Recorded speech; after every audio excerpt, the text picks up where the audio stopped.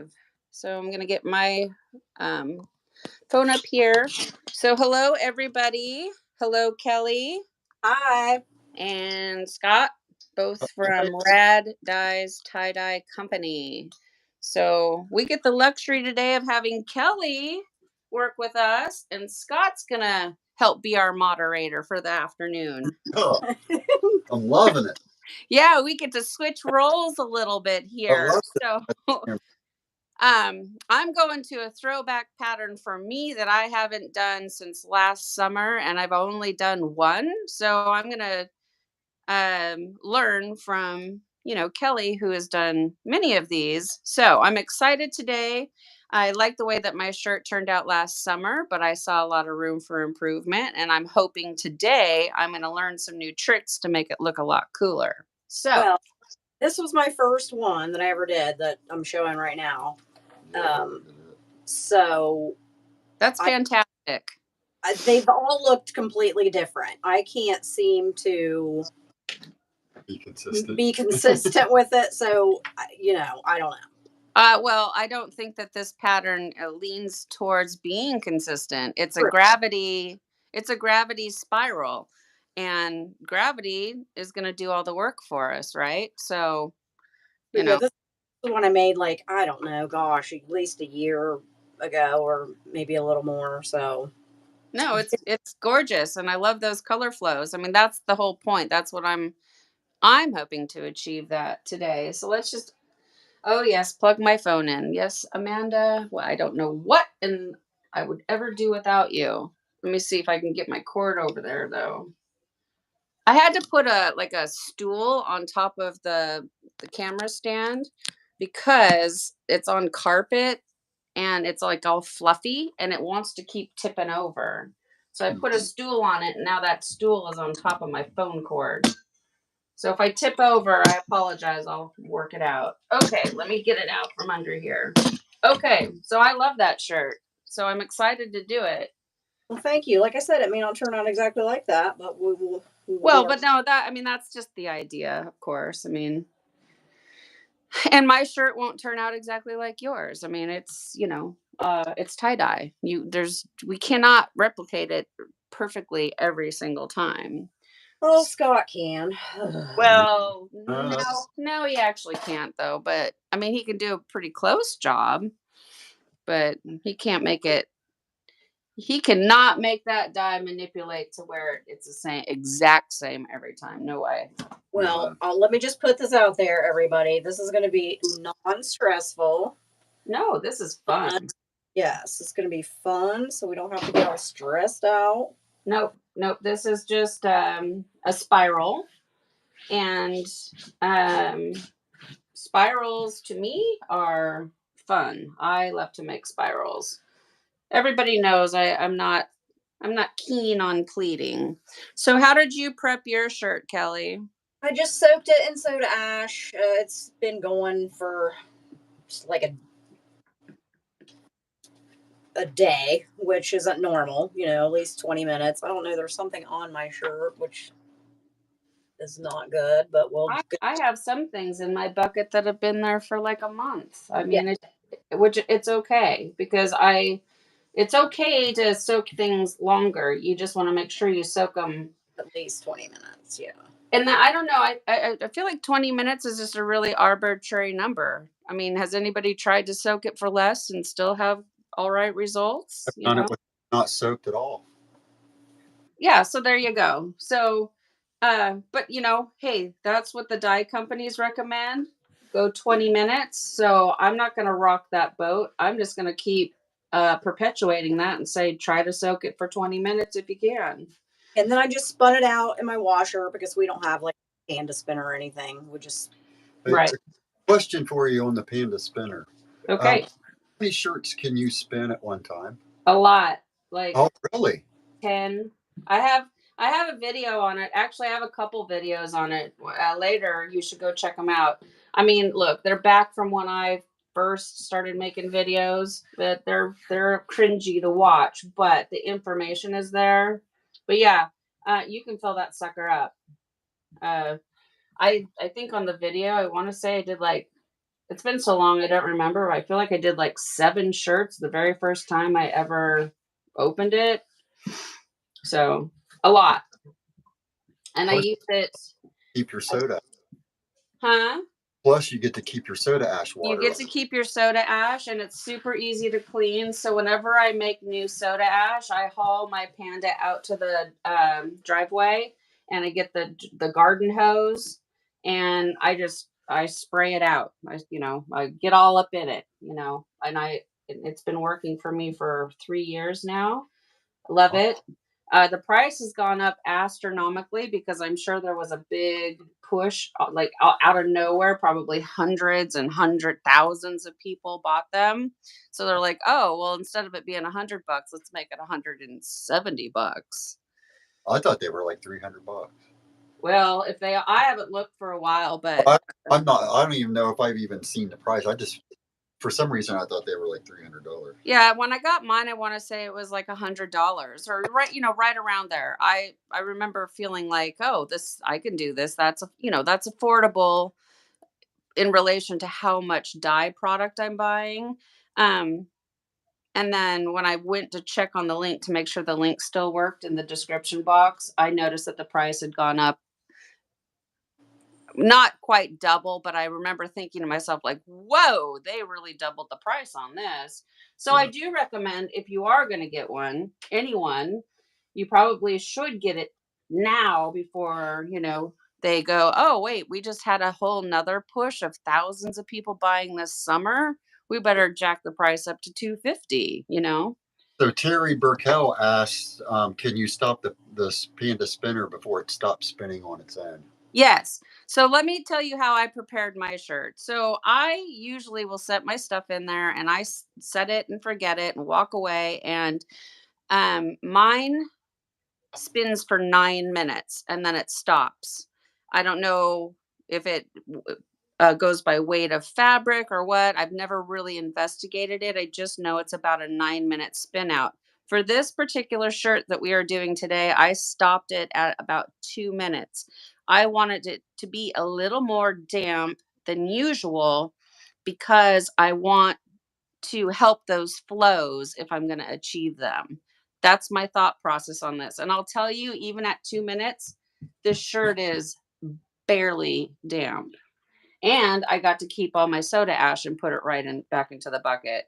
So there is a link down below in the description box. And you guys, if you are going to get one, if you could, just please use my link. You buy it, they're going to give me like 5 cents. It just goes back into the channel.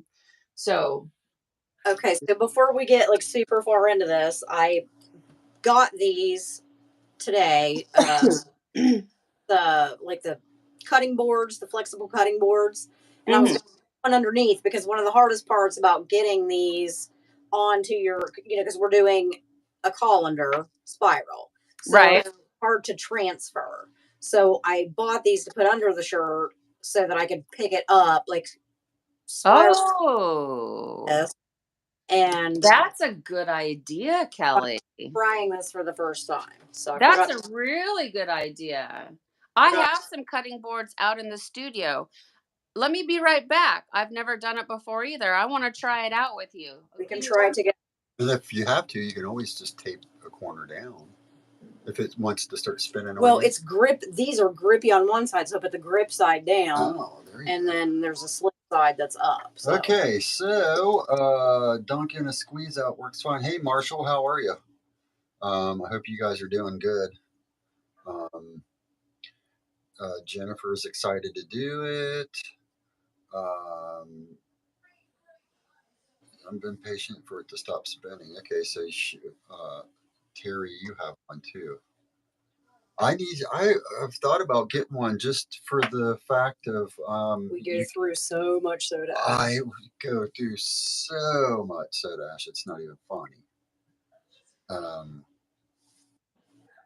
So I was thinking they were like $300, man. If they're only like 150, 175 bucks, that might not be a bad investment. Because Steph told me once she only made soda ash every 3 months, I think she said. We'll have to ask her when she gets back. But He doesn't make soda ash very much at all. I seem to, Kelly and I seem to make it quite a bit. But yeah, every bit goes down our washer, Yeah, down it the goes drain. right down the drain. Whatever we can't squeeze out goes bye-bye. Yeah. So it's probably a better idea to just invest in one of those. And I don't see myself stopping tie dyeing anytime soon. So, totally worth it for saving soda ash. Absolutely. All right. Sorry, I had to make a quick pit stop there and help get sandwich put back in order. Okay. So I have something like that. It's the the Dollar Tree cutting board thingy. Oh, So you have it now underneath your shirt, okay? Now it's gonna slide all over the place, isn't it? Well, the ones I got are grip on one side, slick Hmm. on the other. So I put my grip side down Okay, I and don't have grip, so you oh, know what I'm gonna do. I think I'm gonna take my painter's tape here and just tape it tack down. tack down the corners and see if, because I think that will help hold it and it'll just be there. In case anybody wants to know, I'll put this up here and show the packaging. These are Mainstays, which is Walmart where I got them at 4-pack. I think it was like $5. You get 4 of them, and like I said, there's a grippy side and then a slick side, so perfect for tie dye. Yeah. for this. For sure, totally. Yeah, no, I love it. I hope this works out because that is one thing that I remember from the last time. I make my spirals pretty tight, but if you're not used to making tight spirals, um, get moving it from one spot to the next, it can be challenging. So now, do you do it with the front side up or the front side against the table? Doesn't matter. I do inside out just because that's what I do, no Yep. particular reason. And then I just use the front side up for this. Yes. So All right, and then I'm scattered. I'm all over the place. So I'm going to be using my microwave splatter guard. I me can see Kelly's off to the side there. She will also be using it. Now, for those of you that are brand new to the channel and to tie dyeing, Nordic Wear is the company, and they no longer make this. And I have contacted them. I have begged them to put these back into rotation, and they will not do it. And I would have to order 10,000 or more of them for them to make them for me. So I've said this before. If you guys want to start like an emailing campaign, I can get the information out there and everybody writes in an email and says to them, bring it back. They may consider it because I have sold probably, I mean, I have not sold, but for this company, I can look at my statistics. I've sold like 500 of them in a year for them, and then they sold out. So I know people would buy them. So something to think about if you guys want to start a writing campaign. I'm down. I'll get the information and the contact person, and we can do it. Okay, so where are you going to start yours at? Are you doing a center spiral, an offset spiral? I'm going to do a center, and I don't do it in any scientific way other than run my finger down, find a place that looks like we're in the middle, and that's how I do it. Okay, I'm going to do the same thing. That's how I make my spirals as well. I come down, I kind of just give it a little pinch where I think that's a good spot. And then I set my splatter guard on top. So And you guys, I'm a cheater, okay? So people are going to see me do a step that they're not going to see you do. I have to put a cut piece of fabric. I lay that over where my hemostats are going to go, and then put my splatter guard over that because I will tear holes in the shirt. So that's just a thing I do so I don't tear up my shirts. that's a really great idea as well. So that when you're pressing with your hemostat or your modified fork, whatever you use, you're not tearing a hole. That's a great idea.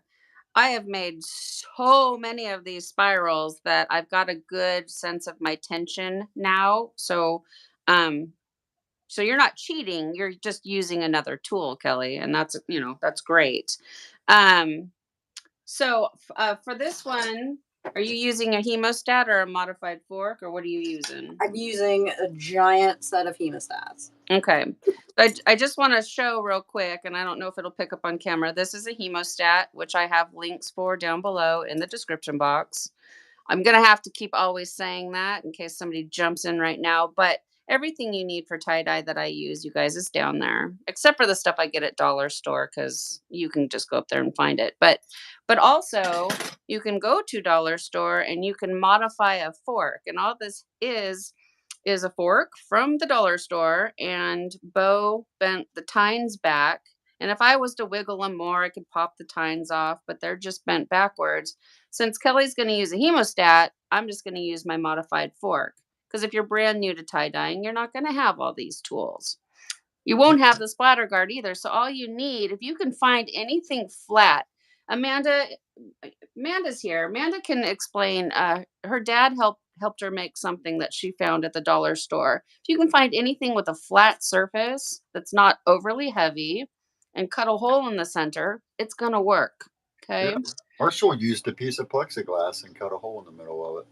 Yeah, I've been trying to find like made it big, so if you wanted to do a tapestry or something, he's right. And I have searched around here in our community for. We used to have a place called Tap Plastics, and I tried to contact them and ask them if they would cut me a round piece of plexiglass, and they were like, no. So I kind of gave up.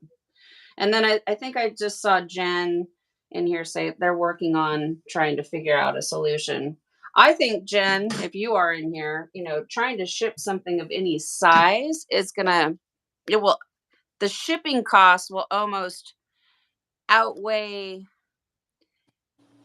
I mean, you know what I'm trying to say? Like, to put something big like this in a box, they're going to charge so much money from Alaska. And because I've considered it too. I've considered contacting people and trying to figure out, but to manufacture it for me and then try to ship it, the thing would have to be more than it's worth, I guess is what I'm trying to say.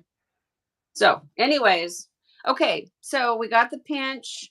Kelly's got the pinch. I'll let you how many clicks are you doing, or how do you do yours? I do one click and then just start spinning. Okay. And I'm using the fork, so I'm sticking those tines, one on each side of my pinch, and I just give it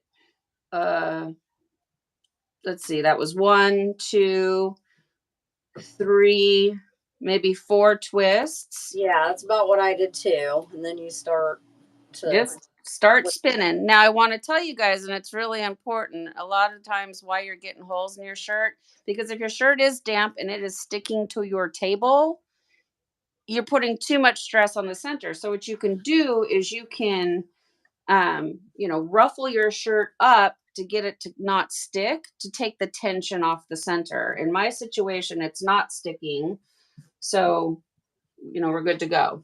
Okay, so once I do those for me, and then I'll let you explain you. Once I get that first center going, I stop with the hemostat and the fork. And now I'm using my hand to create the rest of the shirt.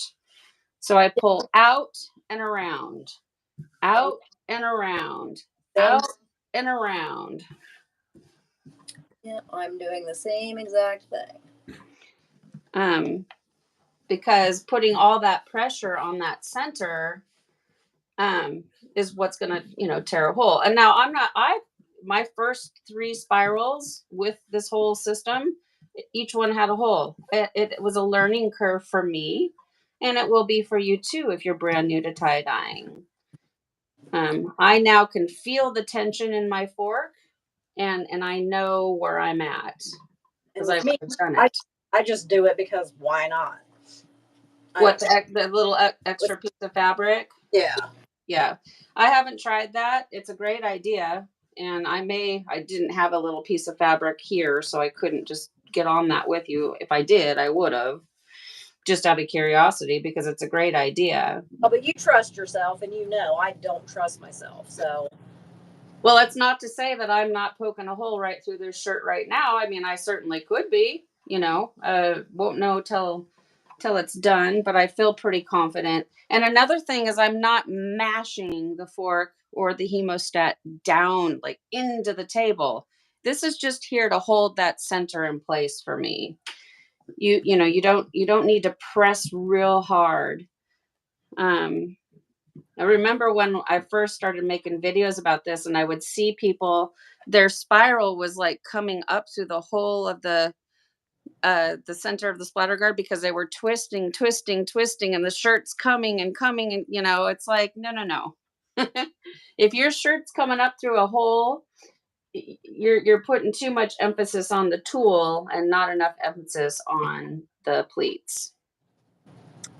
Now, I get asked constantly, why use the splatter guard? What is the point? Well, my philosophy is it's the closest thing to a pleated spiral without actually making a pleated spiral because my splatter guard's holding those pleats all at the same height and it just makes it quick and easy. And So I've with and without, and it's just so much easier with. It's yeah, just it it's a great little hack, and I did not invent this. If for those of you that have seen other people use them, and I explain it in my very first video where it came from. I got dye on it. I thought it was I go TY. I don't remember what I said, and it was really embarrassing. But they make amazing reverse dyes. So go check out their channel. I think it's I got dye on it and I saw them do it and I thought that is brilliant and I got one and sure enough it made my life so much easier and my final results are so much nicer looking because my pleats are all about the same height. so Okay. you don't have to go super tight with this because we're going to be transferring it onto, you know, uh, The colander, right. yeah. So it doesn't have to be super tight like you want a regular spiral. Now, do you secure it with bands or tape or anything to just try to help get it positioned on the colander first, or do you I leave it like this? I probably should, but I have not done that. No, I just Okay. very sloppily move it from one place to another. So this is going to be the most organized I am with it today. Well, so far so good. Having that cutting board has worked. I like that idea. Um, my cutting boards, my colanders. This is from the dollar store, and then these have just probably been around this house for like 50 years. And I think, if my memory serves me correctly, I used this green one last time. So Kelly, how do you decide what size colander you want? Do you Uh, just like I'm picking up two things that I have right now to kind of see because this is a small shirt. So I have I a silver. also have the little red one from dollar store, but I did not bring it in here with me. That's that's probably the one I'm going to go with. Okay. Sometimes I use it as ice. Like I'll put it on this. I've got a bowl you'll see here in a minute. Like just a silver bowl that doesn't even have holes in it. That I use for some, Oh, and then I'll put that on top of it and put ice in it and use that. But I'm not going to do it with this one. I'm going to use the little red one because the shirt's small. So okay. uh, So I'm looking at mine and I'm trying to gauge, like, okay, so the spiral is here in the center. And I don't want the colander to be so on mine because mine is an extra large. So my shirt's larger than Kelly's. That's all I had ready. Um, I do not want it to fall apart so much that it goes flopping down into the muck. So I think I want to try to find one that's gonna kind of keep the most of the spiral on the top. And I'm looking at this one here. Might be a little too big. That one might just be right, just perfect. Let's see what this one's gonna do here. Ugh. No, this one is way too large because I mean it's bigger than the entire project. So I think if I do this one, the center of the spiral is about the size of the white one. So I'm going to try this white one today. Okay, now. Okay, now this is the scary part, right? So what I'm going to do, well, I'm going to go ahead and get my rack that I'm going to be putting it on. Okay, all right. So I've got my rack. Okay. And I'm going to put my bowl on my rack. So we have a delay, so I'm going to kind of watch what your setup looks like. Oh, knocking stuff everywhere. I'm trying to remember what I did last year because whatever I did worked really well for me, setup wise. Okay, all right. You've got a rack. Okay, so the rack's going to go over top of your container. Yeah, but once this, I can move the rack easily once the shirt's on there. So I'm not going to pull my bin up here yet. Okay, okay. Just for space reasons. Right. Sure. No, I'm with you. Okay. All right. So, okay, what I did is I have this waste basket from the dollar store. You guys, if you're new to tie dyeing, and for those of you that have been dyeing for a long time, you know that like the dollar store, they've got the greatest hacks for making tie dye. So, this is one of their little waste baskets. You can find it like over in the college dorm section. And I just turn it upside down and I'm going to stick my colander on top of that. And that keeps it from being down in the muck. That's how I'm going to combat the situation. Okay. All right. So, Kelly, I'm going to watch how you do yours, and then I'm going to see if I can do it without ruining my whole spiral. I want to try to put it on there to where my top, because like here's the V neck of my shirt. Oh, yeah. What do you want to center in the center then? That's a very good tip, and I do that as well. Most of the time when I'm making my spirals, I find where my tag is, and where my tag is usually at the top of the shirt area, and I put it. So if I'm standing here, my tag is like in front of me at the top of the project. Yes, If that makes any sense. I'm doing, and then it's just you want to try to hold your middle as best you can, and then I'm just gonna slide it off. Okay, I'm watching. Hope for the best. Because I do remember last year when I did mine, I banded it up first, and then I I had to cut my rubber bands, but that's what I had to do. All right.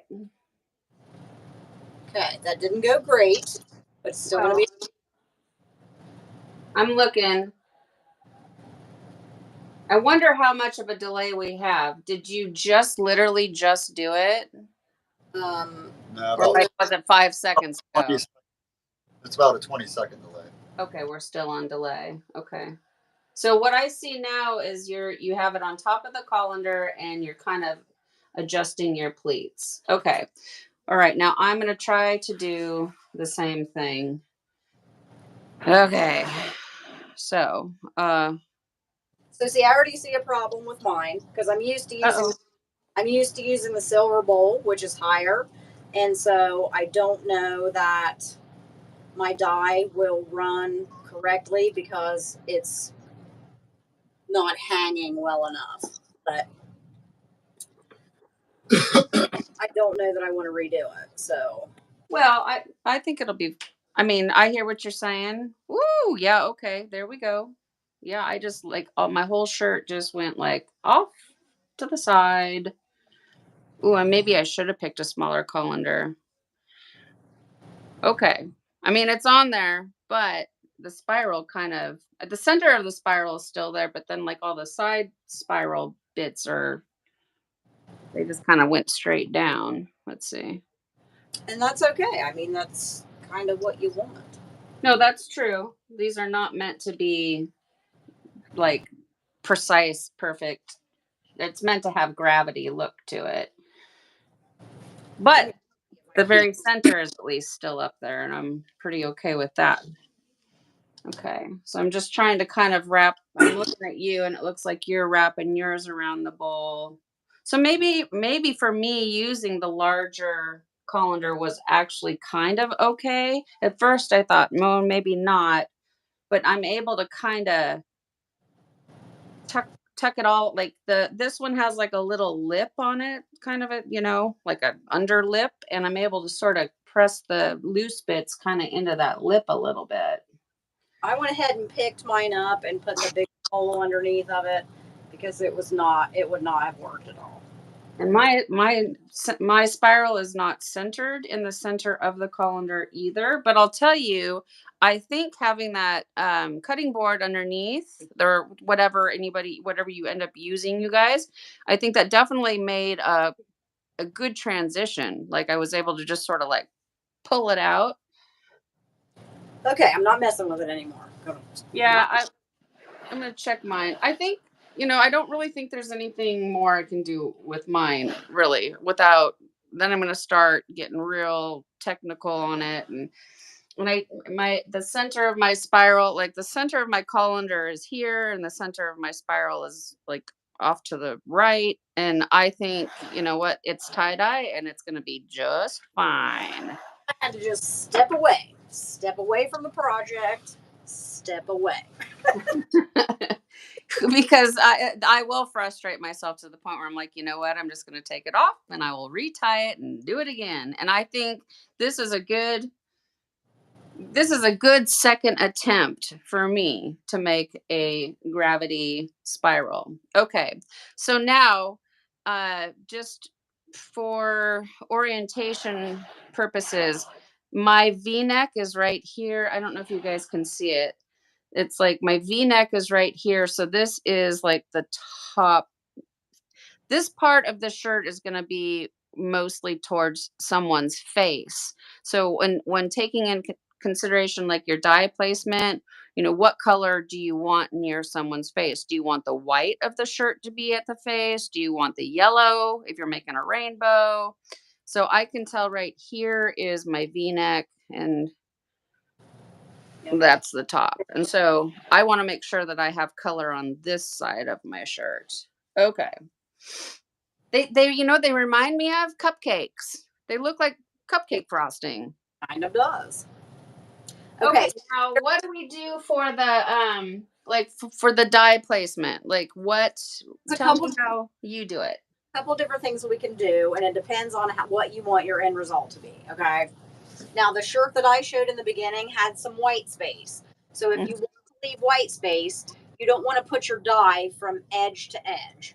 Do you see what I'm saying? Like, you don't want to go all the way and like put a line of dye from edge to edge like you would on a normal spiral. If you want there to be white space around the edges, only put your dye like just basically over top of where your colander is. You don't want to go down. Yeah. Like around the center of the spiral kind of thing.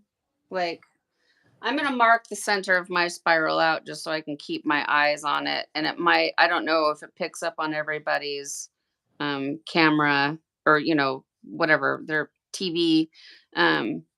Like this, there is my very center of my spiral. And my colander, like I said, it's off. Yeah, I didn't get it centered on the colander just perfectly. So I'm going to be focusing my dye, around the center of my spiral. Kelly's is a lot more spirally than mine, so I have to pay attention to where mine's at. Okay. And then colors, like. Okay, so I mean, I want to try to leave some white space, so I'm not going to go from all the way from one edge to the other. So all right. I haven't even thought about it yet, so I need to pick some out. What did you decide on? You told me, and then I forgot. Well, so I'm gonna use some Happy Cat tie-dye dyes because I haven't used them. I think I may have used Noble Purple, but I chose Noble Purple, which purple, and then Druid's Grove, which is I think kind of like a foresty green color. I don't know, haven't used it yet. So you guys know I love purple and green together. So I thought I would try something like that. Well, we'll just make it a Happy Cat extravaganza. I'm getting let's do it. Now let me ask you this: what do you use for an ice barrier? Okay, so I've got a couple of things that I got ready. You can use your, like I said, you can take your other one, turn it upside down, set it on top, and fill it with ice. Your other colander, that works. Um, Ooh, that's a great idea. yeah, that's see, I usually use that little red one, but now I have it trapped under my shirt, so no big deal. You can also use. I know you have the silicone cake molds. I have magic tracks. Magic tracks would work. You just set it on the shirt like that.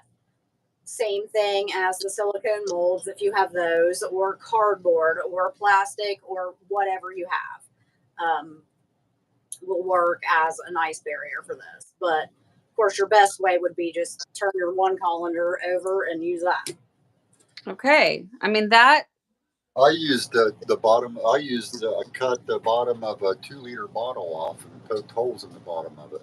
That Those- will also certainly work. And now that you said that, Kelly, about the colander way, because Greg from Goyo's Garden and Tiedye has done quite a few of these last summer, and I remember seeing him do this upside down colander. He did a whole bunch of different styles, but I remember thinking to myself, "Go, Greg! I'm proud of you. That was smart."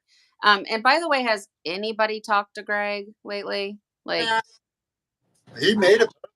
we love you, Greg, if you're listening. He made it. yeah, Said that they weren't out of the woods just yet, but they're feeling better and stuff. So okay. Well, yeah, I need to reach out. I haven't heard if he's out and back home yet or what, but we all need to check in on our Goyo because we want him to be getting better.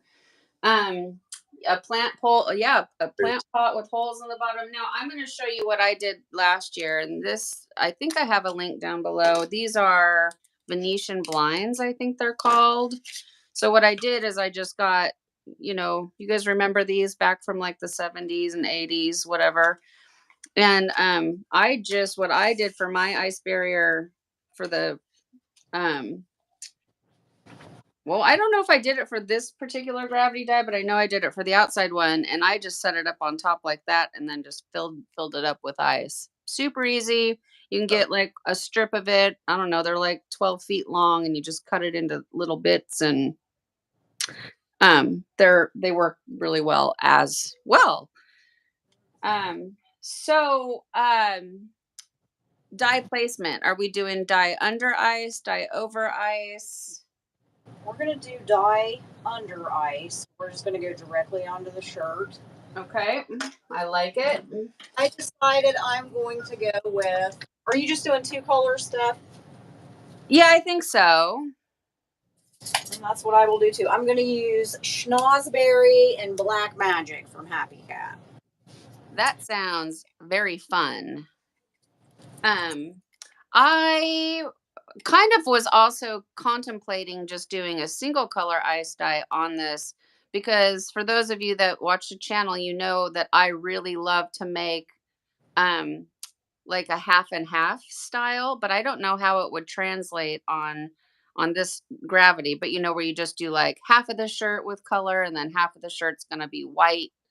I don't know if it'll work, and part of me kind of feels like I want to try it and see what's going to happen, like if I can achieve that, like all green swirl on one side and all white on the other type look. What do you guys think? Do you think it's even possible? I don't know. Okay, I went ahead and did my first line just so you can kind of see where I'm starting and stopping. Okay, I'm gonna take my ice barrier down here. We have that delay, so I can't. It's like I can never stay.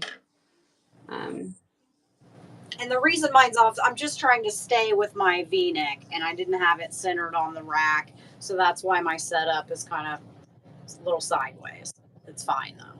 yeah, no, mine totally is too. So again, I'm gonna be trying to focus on keeping my lines going through, which the center of my spiral is here. X marks the spot. So I'm using Black Magic. So what I'm going to do, and this is where it's the fun part. This is how you can do it any way you want to. I'm just going to do an X of the Black Magic. Okay. Yep. So I think, okay, I just grabbed, my first color is going to be Druid's Grove.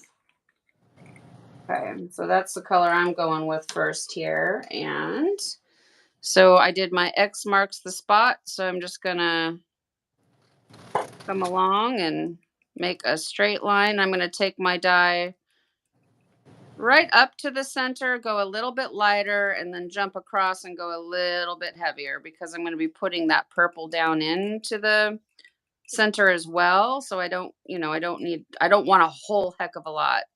And now you said if you want white space, don't take it all the way down the shirt. So just stay on the top of the colander, which a little bit just fell over there, but that's okay.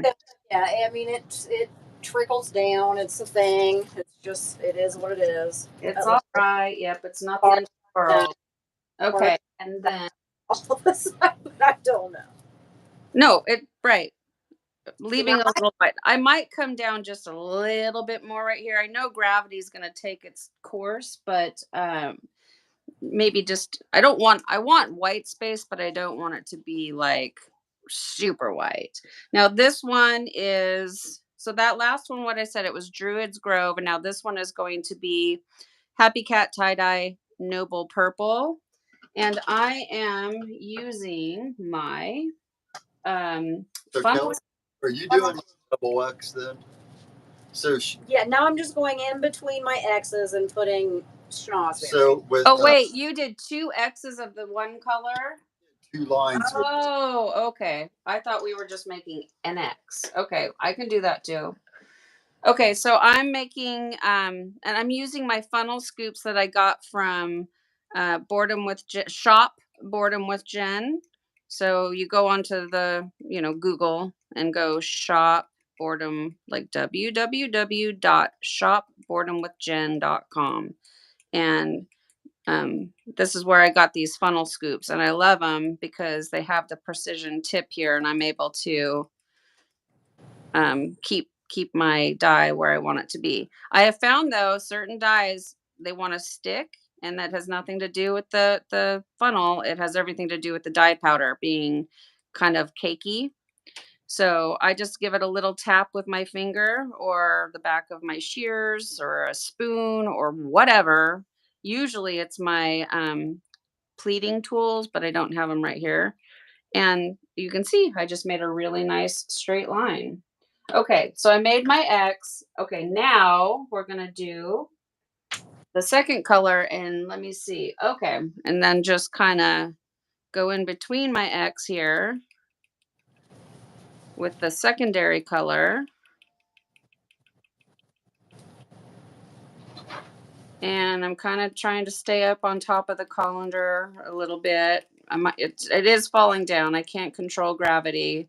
And because my shirt is a little more damp up close, I am starting to see a little bit of the splits, not real splits, but like the green. I'm already starting to see some navy blue pop out of it, or like the blue dye is starting to show itself. Yep. Okay. Those spoons look like they're working great for you, though. The scoops, yeah, these scoops, you guys definitely go check out. Go. There's a link down below in the description box. It'll take you right over to the website. This makes it really easy for you guys to find, and that's where I get all of my tie-dye tools. These tools are amazing. And Jen, if you are still in here, the fact that I'm able to put them in my dishwasher after I cleanse them is amazing. Like, they, for me and for everybody, they always need to be dishwasher safe. And keep in mind, I'm a lefty, and so I'm using my left-handed scoop.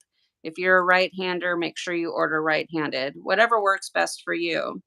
But so what I do to clean these is I rinse them very well, and then I'll put them like in, a bowl, because there's so like my ice bowl. I'll put it in the bowl, put a little bit of soap in there, and I'll just let them soak, and then I'll clean them out really well. And because I'm a massive paranoid stickler about messes and cross contamination, once they're clean, then I just stick them in my dishwasher because I want to make sure every single bit of dye is not anywhere to be found.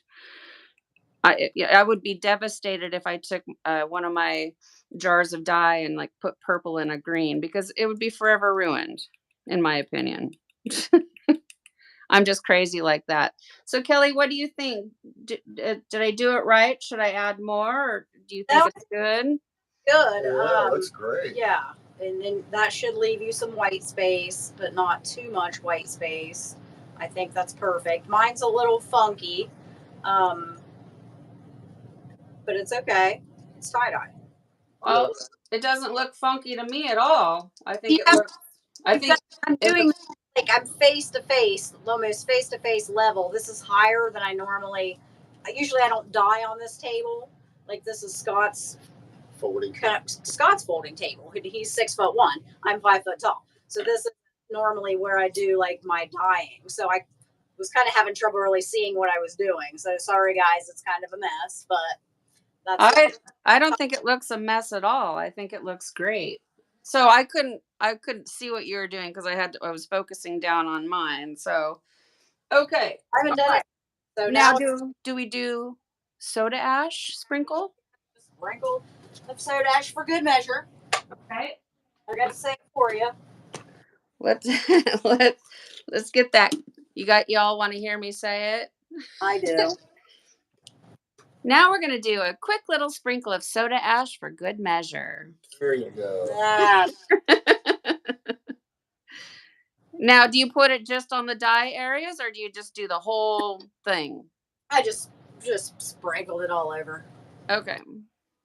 I didn't go down around the bottom edge or anything like that, but Okay. No, I'm just up on top. Okay.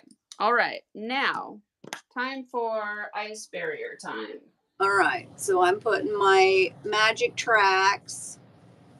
Okay, so you're using the magic tracks, then I think I am gonna go with my Venetian blind because it's kind of essentially the same but different. I have magic tracks. I guess I could go grab them, but this is already right here next to me, so I'm just gonna do this. Oh, if I had that, I'd use it. Like I said, mine's just Yeah. trapped underneath my project. So we're just So going to. I'm gonna try to make it to where it's gonna be the right size. Let's see. So I'm going to clamp it with my binder clip. So I think I have a link down below from where I got these, you guys. If I don't, tell me and I'll find you the link. Like I said, when you buy through the links, even if you just click the links, they'll give me like a penny for every click. It's crazy, but it all goes right back into the channel. Somebody bought an actual ice machine and they bought it. It was like $350. I got $1. Woo! Right. But I mean, I appreciate it. But I mean, they're greedy. It's not like I know it sounds like I'm trying to really pump the Amazon. I just want it to be easy for you guys to find what you need. So I made my barrier kind of a little bit maybe too big. Let me see. I wanted it to be no, I mean, I want it to be to where it's gonna hold in the ice and not really mess with the dye. But I also don't want it to be so big to where I have too much ice. I try to find that sort of happy medium here. And try not to knock the whole project over and make a catastrophe happen at the same time. All Okay. right. I got to go grab a stool and stand on it. Like I said, I'm working on a too high of a table here for me. Yeah, I'm short too, and my step stool is right here, right next to me. I'm constantly having to get up and down and look through the camera of the phone, and let's see. Did I just make it smaller when I meant to make it bigger? I think I did. I'm trying to make it bigger, and I made it smaller. I start putting my eyes around the edge first. I just think it's easier that way. Around the edge of my barrier. And work my way in. Okay. Okay, while you're doing that, I need to go step. My ice is still in my machine, so I'll be right back, you guys. Okay. Hey, Greg's watching. We love you, dude. We hope you get feeling better.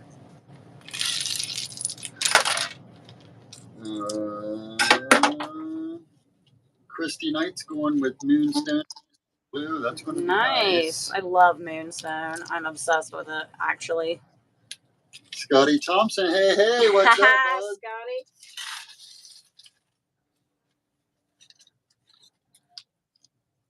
Yeah, frozen water in those containers would be perfect. Can you take that? All right, let me get down off this stool without breaking a bone. All right. Okay, and this is one of those things. I'm going to let this ice run through. I might have to add more. I might not. It just depends on the dye, depends on how much you use, depends on all those things. How much white you want. Yeah, how much white you want. But for the moment, this is fine. And you just have to check it. If you don't have the movement you want, then add more ice. As it's falling off the top. So if I had my own business, it would be called the Sloppy Tie Dyer. That's not true. It's kind of true. Where do you put this, upstairs or right here? Okay. As I was walking away, I heard Greg. We got news on Greg. I think he's he's watching. Well, Greg, if you're here, I'm happy that you're here. We're wondering how you're feeling. Okay, so you said you put it around the outside first. Okay. Yeah, but it's just whatever. Okay, well, I'm trying to do what you do. Woo! Look at that.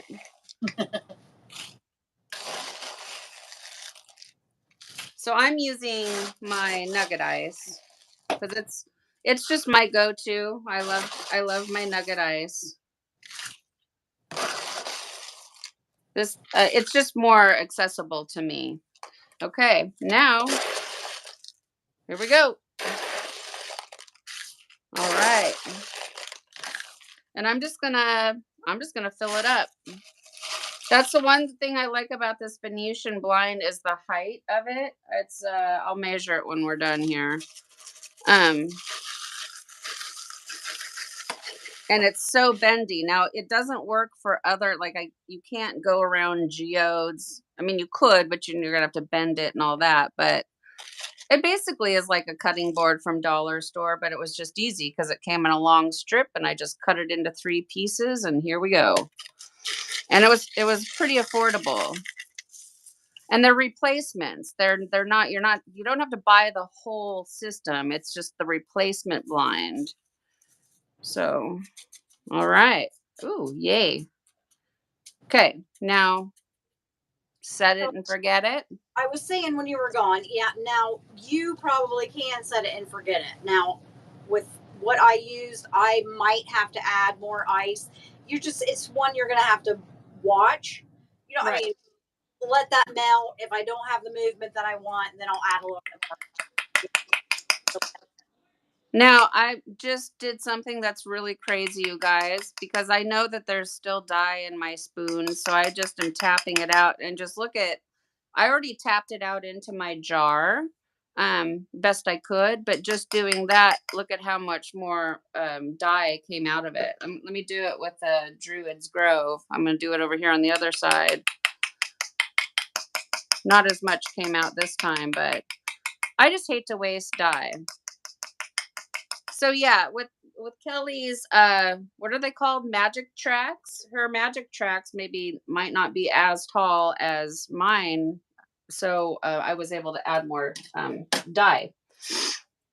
So set it and forget it if you can. If not, add more dye. That's the whole thing with ice dyeing. You have to just kind of monitor your project. Probably won't need more dye, but I'll probably need a little bit. I meant ice. I meant to say ice. Add more ice, or add more dye if you need to. Um, but look at those two colors. I'm excited for this shirt. Now, what I just did there probably wasn't the greatest idea because now it's going to kind of alter the stripes, but I think it's going to be okay. Yeah, it's all set before that gets to it. So I mean, But those are beautiful. So, Happy Cat Tie-Dye.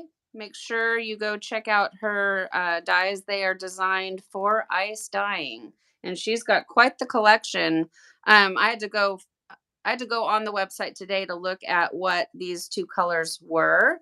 And since I've been on there last, she's probably added 10 more colors. So there's a lot of good stuff on there. So there's a link down below in the description box for Happy Cat Tie-Dye. I'm almost positive. So I'm going to set these off to the side. Okay. So I had mentioned off camera about doing a shirt, another one. Do you have another one in ya, or do you guys need to hang up? I don't think I have anything ready. I don't think. Okay. You, Scott? Well, I have ready. What do you want to do? Let Scott hop in here and do one. Well, I was gonna do another one, but without using the splatter guard. I was gonna just try to go like old school style and show, for people that don't have the tool. Hey, I've never did it, so I'm down. I have not made a freehand spiral in 3 years or 2.5. Well, it's been a real long time. Let's just say that. Yeah, I always forget he has stuff that's soaked in soda ash in bags and stuff off to the side. So we absolutely do not have to. I just, I thought just the same exact thing, but now a freestyle one just to show. But I don't know if you have the setup. Do you have another colander that you can use? And I don't know. I do, but if you don't, well, if you would like to, I have a tank top that I would like to challenge myself with and just see if I can make a spiral without a tool. So I have a soft 3X. I'll try to do if you're interested, I will move this off the table and I'll go grab that. Okay, yeah, I'm getting him set up to do one. So. Oh, okay. You're not gonna do it with me, Kelly? Come on. No. Okay. Well, he wants to do one. So. Okay. So I'm going to take this. I'm going to open the door here and I'm going to take this off to the patio where I'm in air conditioning right now. So it's a little cool. So I'm going to take it off to the patio where it's going to be 70 degrees. So, and then grab my shirt. Okay. And just see. I mean, you guys, like, legit, you guys can go back on the YouTube channel back to the beginning. And there's a huge difference in freestyling versus this way. Oh boy, I hope I don't knock this thing over. Oh. Here I go. Here.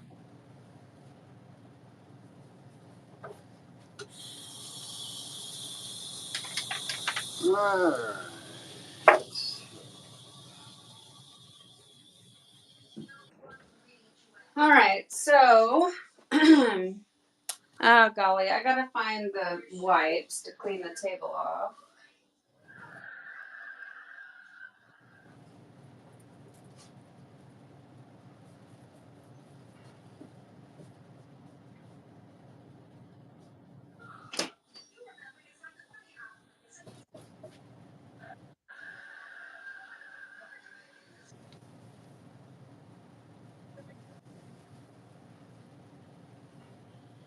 So, sorry. I'm supposed to be talking, and I'm not. I'll have to leave for a birthday party, Terry. Okay, thanks for coming in, hanging out. All right, so in between projects, I always like to try to clean my table off. When I was walking away, I noticed Scott was tidying up his. Now the table looks clean, but as I wipe, I can see that there are little dye particles everywhere. So, A little bit ago, when you were off camera, I said if the company were mine, it would be called the Sloppy Tie-Dyer.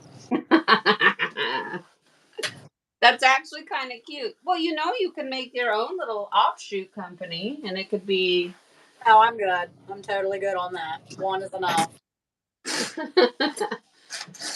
Where it's like just all like feminine, like, because like I prefer, if I had it my way, I would just only make ladies fashion, like rayon and stuff like that. But those videos don't really get much attention because most people just want to know how to make a t-shirt. But that's my real passion, like fabric dyeing, not t-shirt making. Okay, so got that all cleaned up. I'm gonna really put myself to the challenge here and see if I can twist up a spiral without any assistance. I think I can, but it should be fun. Should be rather interesting to watch. So I'm going to wash my hands, make sure I don't have dye on my hands. I'll be right back. 2 seconds. Okay. So I'm going to be doing a big 3X here. It's soft, big, soft 3X V-neck. And then I think it's a Fruit of the Loom. Okay. So this is, you're doing a Fruit of the Loom. Yeah. I am doing I know it's a ladies, it is a lat. So live and tell. And it says it is a size. What does that say without my glasses? It says it's a size 2. And then below that, it says 16 to 20. I think that's what it says. So this is a ladies size 16 to 20 tank top. So we shall see. We shall see. Okay. Now, if I can get it lined up. The thing with ladies cuts is that extra little flap of fabric over the top, so it can lay above our breasts and bellies, makes it a little bit difficult for smoothing it out, because the top, it just has just like an extra centimeter of fabric, but it makes it so it never wants to lay very well. And I did the same thing with this one where I soaked it and then I barely spun it out. I did it with the last shirt. So if you got the Panda spin dryer, I stopped it after about, less than 2 minutes. It's still pretty barely dry, but I wanted it to be a little more damp than usual just to see if I could get more of that flow, because we are doing gravity, right? So like the whole point is to see that flow. Yep. Okay, and is it wrinkly. You want to try to get out as many wrinkles as you can, because I do think like if you got a bunch of wrinkles, it's not going to flow the same. That wrinkle might like make it shift direction. I don't know. Maybe not. What do you think? Do you think wrinkles make the flow shift direction? No, No? I don't know. I'm not 100% sure. I don't know either, but it's always, I've I always wondered would though. think, I mean, if you were to incline a scrunch, it's not going to do anything. With a scrunch, no, because we're scrunching. But with anything that requires precision, I think it's super important. Like shibori work probably should be as smooth as possible, Right. if possible.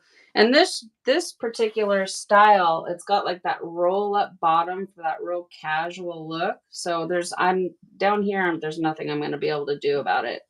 I'll fight with it all day, and I can't. Yeah, right. Okay, so And with being a spiral, that's kind of forgiving too. now do we go in the center? Do we do an off center? Probably just go right for the center, like a good old fashioned. Can Steph make a spiral without a tool? probably shouldn't be weird. It should just be right in the middle. Yeah. You know, like a classic. Out the splatter guard. So this will be good for me. See if I can do it. Anyway. So yeah. Oh, okay. Good. You're gonna do it too. Yeah. So, my philosophy on with spirals, if this is your very first time tuning in, is I don't think anything looks great directly over top of anyone's belly button, because it's just like it makes your eye go probably to the point of somebody's figure where they're like, please don't look at me there, right? So I always try to come up a little bit above where I think the belly button would be. And it usually ends up being down about, depending on the size of the shirt, 2 to 3 to 4 inches down from the underarm area. So, you don't want to go up too high up to the collar. Well, you could if you want to, but you also don't want to come too far down on the belly button. So I always think, well, where is center? And then I go up like an inch. So that's what I'm doing on this one. Right about there. Oh, okay. I'm nervous. I'm actually nervous. Because Okay, so here we go. So you just decide where you want the center of it to be and give it a pinch with your fingers and start twisting. And I actually use my right hand, being left-handed. What hand do you use? I'm actually my curious. right. I'm starting to use my right hand. I'm using my right hand too, but we're both left-handed. How interesting is that? So we're clearly extras. So I'm going to give that a little pinch and just start twisting. And then I'm going to pinch my fingers back down in that and do it again. And I'm going to do the same process. I'm going to just be pulling out and around. And the goal when you do your spirals without having a tool is to try to keep the pleats to not be real tall and over flap on themselves, right? So I have found that when you pull out and around, it seems to help a little bit. And if you watch me, I'll kind of go in and I'll pull and I'll tuck. And this is why maybe I'm doing this to try to sell more splatter guards that don't exist, because it's so much more difficult. But you want to hold down that center. You want to keep your center intact. It's like you're making a cinnamon roll. Now I want a cinnamon roll. Thanks a lot. Oh my gosh. I don't know what I was watching. Something on Hulu. Adam eats his way through the 80s or something, and they kind of showed like how Cinnabon came to be, and Cinnabon. And they kept saying, like, everybody knows when they're walking through the mall and they can smell the Cinnabon. It's like, yes, I know exactly what you're saying to me. I need a cinnamon roll. Those cinnamon rolls are the best. Did you know they used to have raisins in them? That was their original recipe, and nobody would like stop and buy them because they didn't like raisins. So once they took out the raisins, they went to being like $1 billion company. Oh yeah, who wants raisins in their cinnamon roll? Not this girl. My grandma. And then when trying to make your pleats, we're not trying to make a pleated spiral. I'm not going to spend the time doing that, but just try to pay attention. If you're able to kind of tug on it a little bit, your pleats will sort of form and you can see them happening. Scott just said, I don't like this to only me. So I'm. Well, he's trying to make a pleated spiral. Because I'm like, what's the point? I have a splatter guard. No, I know, but because the point is to show people how to whip up a spiral. Oh, okay. We're not making a pleated spiral. We're just making how do you make a spiral without a tool? That's all. So now I stopped doing because I can't watch you and make mine at the same time. So I see you now. And you're trying to be real super fancy with it. I am. This is gonna drive him nuts. I've started over, like, this is my third, fourth time, I think. No, I just want it to be realistic. If somebody was to grab a t-shirt for the very first time in their whole life today because they're with us and they want to just whip one up, you know. So nothing fancy. Find your point and then give it a pinch and just start making it. And it's not going to look perfect like the splatter guard. This really is a good sale for everybody needs to get a tool because it really makes things a lot easier. Yeah. There you go. There you go. See? There it is. Now just no more trying to make pleats. Pull it out and around. Pull it out and around. You're still making pleats. I don't know. I don't know how to not do pleat. I know, but Like I that's said, I've always did. Kelly. You want to jump in there and help him? No, I've just never did it without the splatter guard. Well, You did them before you had the splatter guard. How did you do them then? I didn't. Yes, you did. I do not remember that. Well, you did. I promise.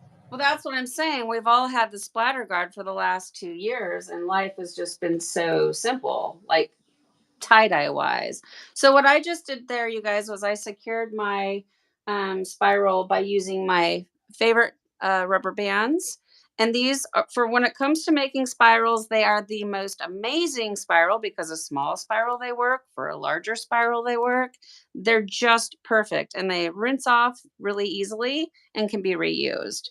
So I'm just, because we're doing a gravity die, I'm just merely simply holding it in place so that I'm going to be able to transfer it without it um, falling apart on me. And I'm probably going to have to sacrifice these little rubber bands. Oh, we're doing this. Yeah, we're doing a gravity die. I thought. I mean, that was my whole thing was, can we achieve a gravity die without using the splatter guard was my whole goal on this one.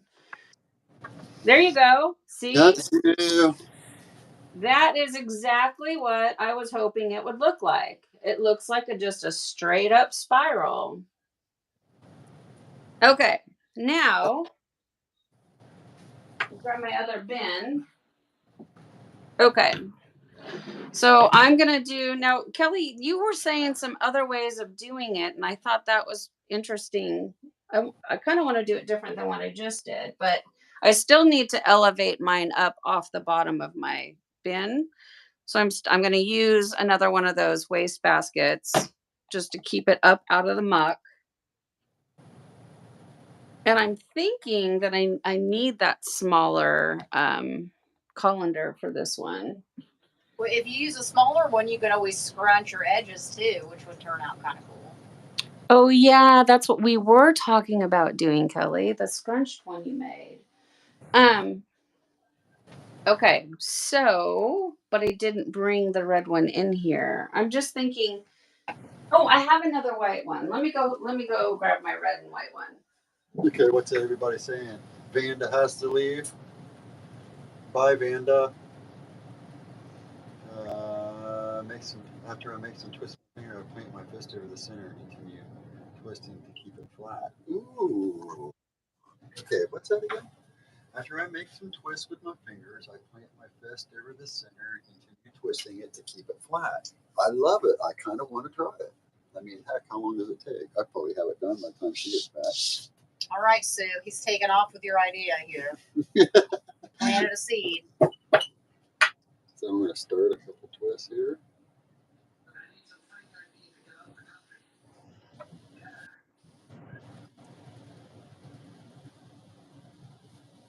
And then this is the Sue method. Here we go. And then she puts her fist like that. I just walked by it and I'm already starting to see some flows. It's so exciting. Okay, so you're doing it again? What happened? He's doing the Sue method. There a Sue S said, after I make some twists with fingers, I plant my fist over the center and continue twisting to keep it flat. So he wanted to try that. Oh, okay. Cool. Yeah, well that's just it. As long as you Yeah, no tools. No, as long as you keep that center intact, because that's the whole thing. It could, come undone. So yeah, a fist, a palm, you could like plant your whole palm on there and keep it flat. I did not do that on mine, and mine's going to stay exactly like this. But like at this point, if you wanted to, you guys, if you guys want to be liquid dyers and you've got the tulip kit right now, you could just take this and you could do liquid on it.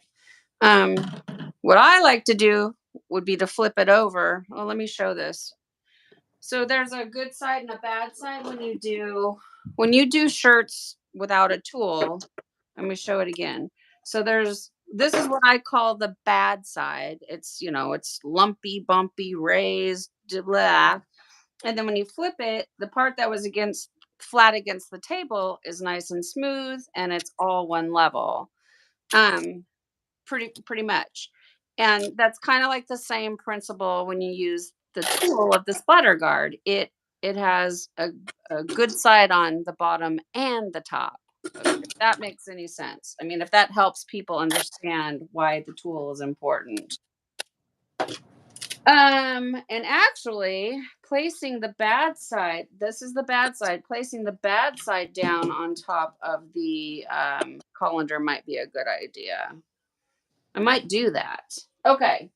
Now, remind me of there were ways to add the ice. I brought in my tracks. I've never used these before. My dearest, longtime, beautiful friend brought me her son's magic tracks, and I don't even know how to put them together or anything about them. Oh, they're really easy. The best way to do it is to sit them on the table, put it Yeah. on the table, and snap them together. Let's see. How do they snap together is the question. Like, Here, oh, I can. oh, like they go in. Oh, okay, easy. Yeah, Yeah, I got it. They got yeah, like a little yeah. inside and then on the outside. Right, So and it's easier if you do it on the table like that than having it up in the air. yeah, okay. So for this one, I'm going to use the magic tracks. And I told you guys that I would measure out the Venetian blind, and I had one, and it must have gone rolling somewhere. Oh, here it is, right here. That Venetian blind is, I'd say about 3.5 inches tall, and the magic tracks are about 2.5 inches tall. So you can see that the magic tracks are awesome. This the cake molds, the red cake molds, I think are only like an inch, maybe 2 inches tall. So Venetian blind is the tallest, medium, and then cake molds, which I don't have out here right now. Okay, so all right, I'm going to now. I never got to see the bottom of yours. I was too busy talking, so I'll have to go back and watch it. Scott's just he's blazing right through it, but I'm talking, so I have it. I have mine elevated. I missed all of it. I didn't even get to see what size colander you used or anything. He used the bowl just like I had. I have 2 of those. So, like the same silver bowl that I did. Yeah, when I'll watch it back. Plus, I want to get the view and give myself a thumbs up. So I'm actually gonna. There you go. I'm just being honest. I mean, all of that helps. It helps get the content out there. So I'm gonna put the what I call the bad side, the ugly side. I'm gonna put that down on top of the gutter, and I'm gonna have the good side up. I think it'll help with dye placement on this. So I'm gonna sacrifice these rubber bands, and I'm really debating on which size gutter I should use, or not gutter, but colander. Should I use the bigger one? I don't know. I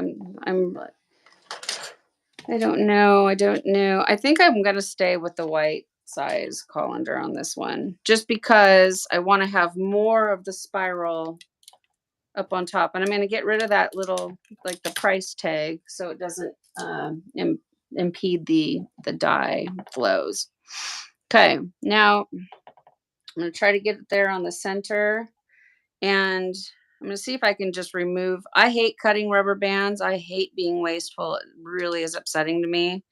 I'm going to see if I can just remove the rubber bands without having to cut them. But if I find like I have to cut them, then I will.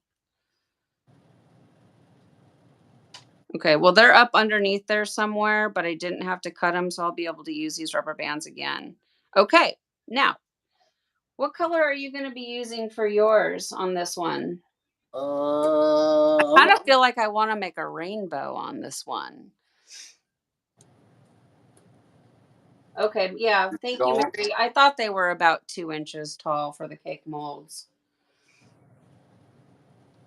Yeah, these are just, the magic tracks are just a little bit taller than the ones that I have, than the cake molds that we have. Yeah, so I just measured them out, and I forget what I said. So the cake molds are 2 inches, which that's what I thought they would be. The magic tracks, I think I said were 2.5. 2.5, and then the I'll just do it one more time, but now I tossed them somewhere. Well, did I say 3 inches, 3.5 inches? Oh, here it is. Yeah, about 3.5 inches for the Venetian blind. So obviously the more ice, the merrier, but maybe you don't want a lot of ice on certain projects. Okay, now mine is really, it didn't fall down over the side, and I'm kind of going to leave it right there for a second until I get going on it, because gravity might take it down on its own. I don't want to mess with it. So, like I said, I think I want to do a rainbow on mine because I have never made a rainbow. What are you going to do on yours? I wanted to do bright colors. And then I also considered, if I don't do a rainbow, seeing what just a single color ice dye with dye over ice would do to it. Like just dye over ice, one color. What will happen? I don't know. I don't know. I think I'm going to make a rainbow. All right.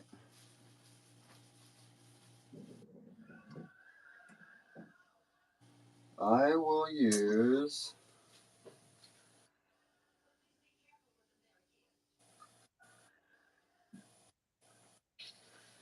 I only use 4 colors.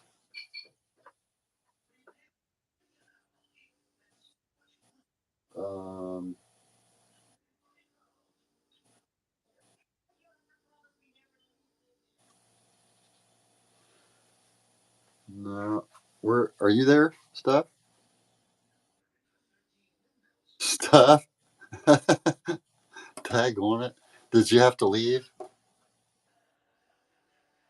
I don't know. Hopefully, no. Yeah, she had to leave. Huh? I had to go grab my rainbow colors. Okay, sorry. Sorry about that. Sorry, but what happened? I was just kind of sitting there for a minute because I didn't know you took off. Oh, you didn't hear. I was quiet. Okay, cool. Sorry. So no, I stepped away to go get, I keep a basket of my tried and true rainbow colors at all times there because I use them. So there's 2 ways that you can make a rainbow. You can use just the 3 primary colors, which would be like fuchsia red, turquoise, and lemon yellow. And when they combine, they're going to make the secondary colors, which would be orange and green and purple. Or you can do a stripe of each color and just have lots of rainbow extravaganza. So part of me thinks like I want to just see what would happen if I just did the primaries and see what colors would happen. And then part of me says, well, you got the dye. Why not just put a little stripe of each color? So I don't know what to do. You got any suggestion? I think I might do the dye over ice method. Okay. Which I could also do that, dye over ice and do dye over ice and just do if I did dye over ice, I would wedge it out and I would only do the 3 primary colors, and then I would let them blend and. Oh, I mean with one color. Well, I'm saying for mine. Oh, for yours. Yes, for yours, right. I'm just trying to clarify between making a 6-color rainbow versus a 3-color rainbow. So, I don't know what to do. Well, just pick one of your favorite splitting colors.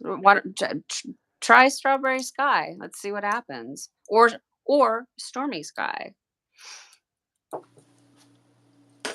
You know? Yeah. Because we know that both of those are tremendously beautiful. Yeah. I'll do my. If I was you doing what you want to do, I would do strawberry sky, because that's like, your jam. I'll keep with my jam.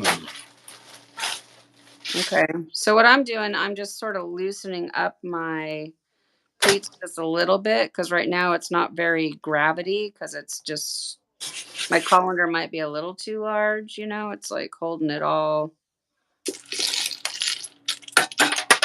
in a real tight spiral. Let's see. Kind of don't want it to fall off too much, though. I'm definitely not the expert on this. The one I made last summer, it was all right. And then the one I just made just now with Kelly, and then this will be my very third one ever. So Your very third one. yeah, Like that. so that probably wasn't very grammatically correct, but I like that though. That's pretty cool. So Cool. okay, so third one. I don't know. I think I might do dye over ice too, just to see. Just to see what happens, and then I'll just do a 3-color rainbow and see if I even achieve a rainbow. I might just come out with having a pink and yellow and blue shirt, or it could turn out to be really cool. So I'm gonna make my ice barrier kind of big, because I want to be able to get quite a bit of ice on there, but I want to get some of these pleats to. I don't want it just to be just a spiral. I want a little bit of flows. I'm like really scared that I'm going to lose all this whole pleats. That's pretty good right there. Okay. All right. Now I'm going to bring mine kind of off. So the colander is like this big, you guys, and I'm going to actually make my ice barrier kind of like the same size of the colander. Yeah, the colander. All these words, I'm trying to keep track of what I'm saying. I'm gonna make my ice barrier the same size as my colander, kind of. Try to maybe help me hold the shirt intact a little bit. Because I'm worried that once it starts to get wet, it might want to like get heavy and start to really fall and droop, Yeah. Because I don't know. Like I said, I'm new at this. Okay. All right. So, okay, dye over ice. Now, for this one, because my ice machine, I just used all of it for the last one, I'm going to have to go to the large ice machine ice, which that is what Scott is also using. Yeah. And I have to go pound it. I don't want to pound it in on this carpeted floor. I have to step away again to go to the concrete. I'll be right back. Okay. So I'm actually going to put a mask on, because here the last a couple weeks ago, I was noticing my throat was starting to get sore, and I wasn't wearing my mask. So I had to be with dye, because I always wear a mask, and then when I don't, I start getting a sore throat. So I'm just using one of those little like the gators, or what they were called. So better than nothing anyway. And I'm not going to sift it or anything. I'm just going to use strawberry sky right out of the jar with my spoon. I'm going to try my best not to get it out on my shirt. Kelly got us these little tiny coffee stirs, and they're just little tiny spoons. And I'm going to see if that will help me not get it out.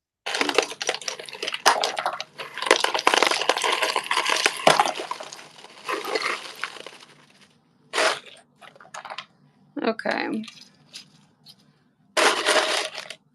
Oh, a little bit did. That'll happen. I'm looking in and seeing what you're doing. What do you use? Where'd you get such a tiny little spoon? You didn't hear me. Kelly got these little coffee stirrers, and it's a little tiny spoon.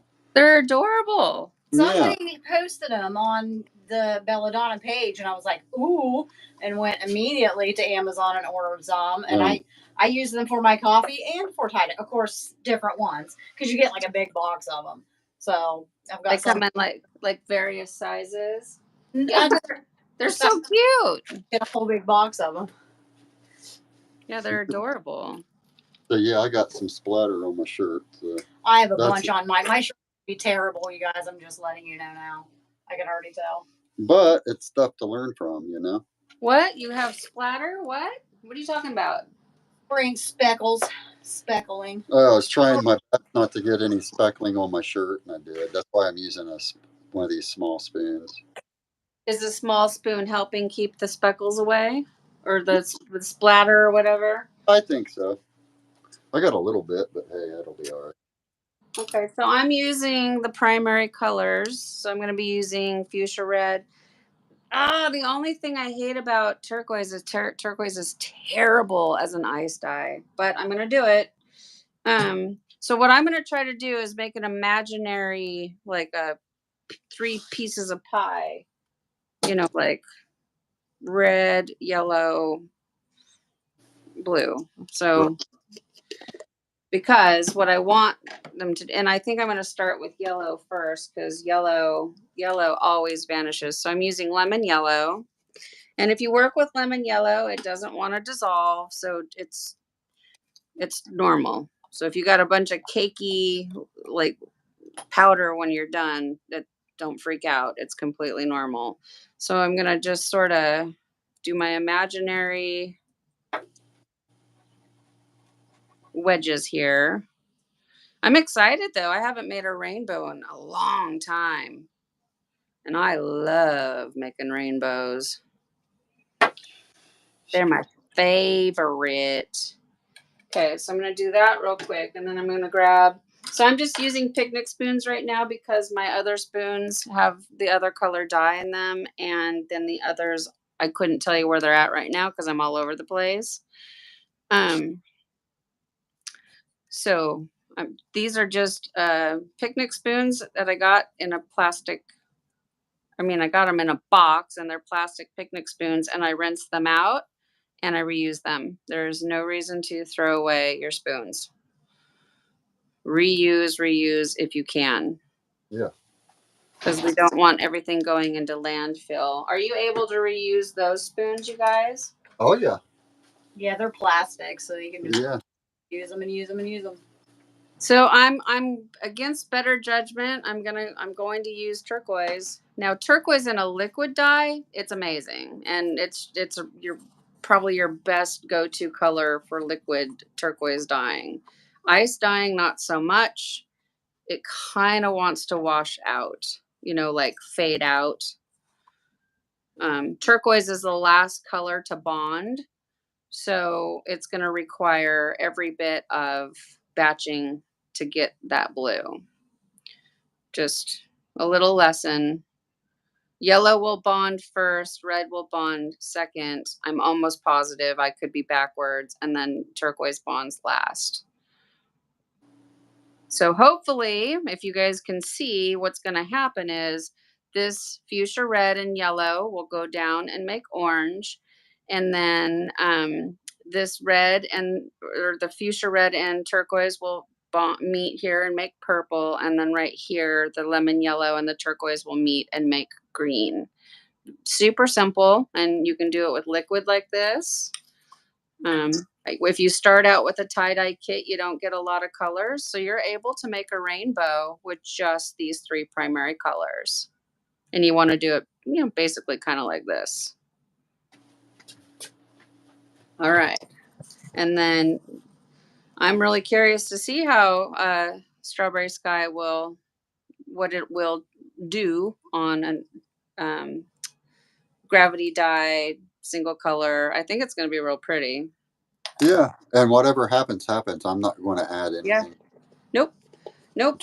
This is it. This That's all that's going to happen with this shirt is exactly what you guys see here right now. I feel like maybe I should put a little more yellow over top of the red right here, just because yellow for me disappears. It doesn't matter what I'm doing. I very rarely ever end up with yellow. It just gets swallowed. So I'm just going to add a little more right over top of the red here, or the fuchsia red, and just to see if I can get a little more orange going. Yeah. Woo, I'm excited. Rainbows. Woo. Okay. Now, are you going to do a soda ash sprinkle, or have you already? And I missed it. did kind of. I always do it kind of heavy too. Okay. So I think, do I want to add more? Yeah, I'm a little paranoid. I'm just going to add just a little bit more yellow.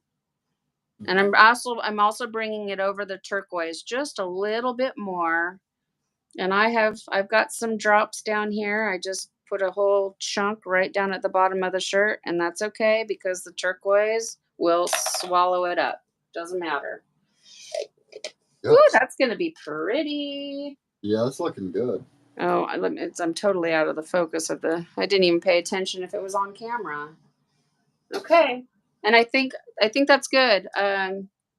Maybe I'll go right around the edge, just a little bit, just right around the edge, because I can't see the back end of like over here because I can't see this side. So just in case, I'm just adding a little sprinkle, not a lot, just to make sure that I didn't like miss a big gap right around the ice barrier. Yeah. Okay, and I think we'll call that a day. Oh, I got to give a quick little sprinkle of soda ash. Oh, I'm excited. And then Why, I'm gonna why do you do a quick little sprinkle of soda ash? Huh? Why do you do a quick little sprinkle of soda ash? Because it's habit. I don't know. For good measure.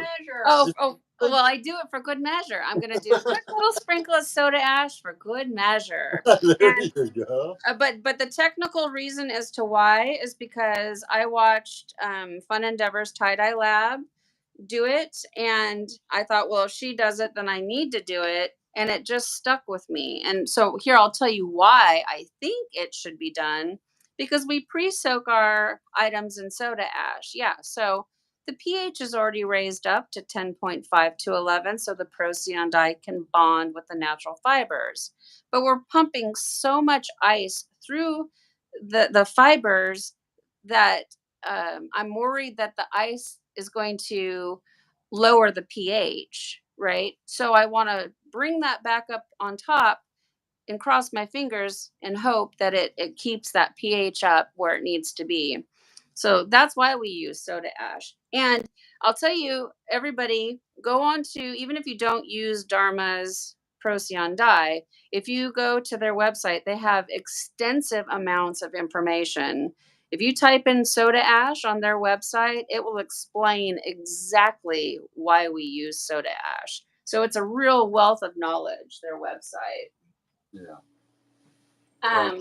Christy, thank you, Christy. Very generous of you. I appreciate that donation to the channel. Thank you so much. And that I haven't been able to look at any comments. I don't even know who's in here and what's going on. One thing I want to do I was thinking about it earlier before. Is like I'm curious where everybody is at, like East Coast, West Coast. What dye companies are you guys using? Stuff like that. Because I have no idea. Does everybody use Dharma, or do a lot of people not ever use Dharma?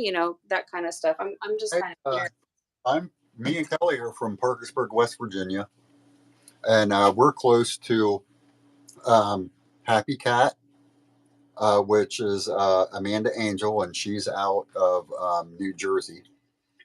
And we're also close to Pro Chemical and Dye, and they're out of like up close to Boston, right up around Boston, I think. Yeah, I feel like they're in like Massachusetts. Or something Yeah. like that. Just ordered from Dye Spin, but I forget where they're from. Missouri. Yeah. Dye Spin's from Missouri. Not close, but Not far either. Yeah. So I'm out on the West Coast. I'm in the Pacific Northwest. I'm currently standing in Portland, Oregon right now. I feel like most everybody is at least Midwest and over. I feel like there's only a handful of us out here on the West Coast, that are actively within our community. I feel like everybody's over on the other side. So Oklahoma. Yeah. Where the wind comes sweeping down the plain. Sorry, I had to. That's such a great play. You know what I had stuck in my head yesterday, and I don't where it came from, but let's see what it's a capital T and it rhymes with P, and that stands for pool or whatever that song is. It's like from the play Oklahoma, and it stands for trouble. Capital T and it rhymes with P. Anyways, Ooh, I'm jealous. Mary can go to Dharma. Let's see. Well, yes, Amanda's over in the UK. She's like so far away, and it's probably like 4 o'clock in the morning for her over there. Scotty Thompson, Long Island, baby. Oh, hi, Scotty. I'm glad you're here.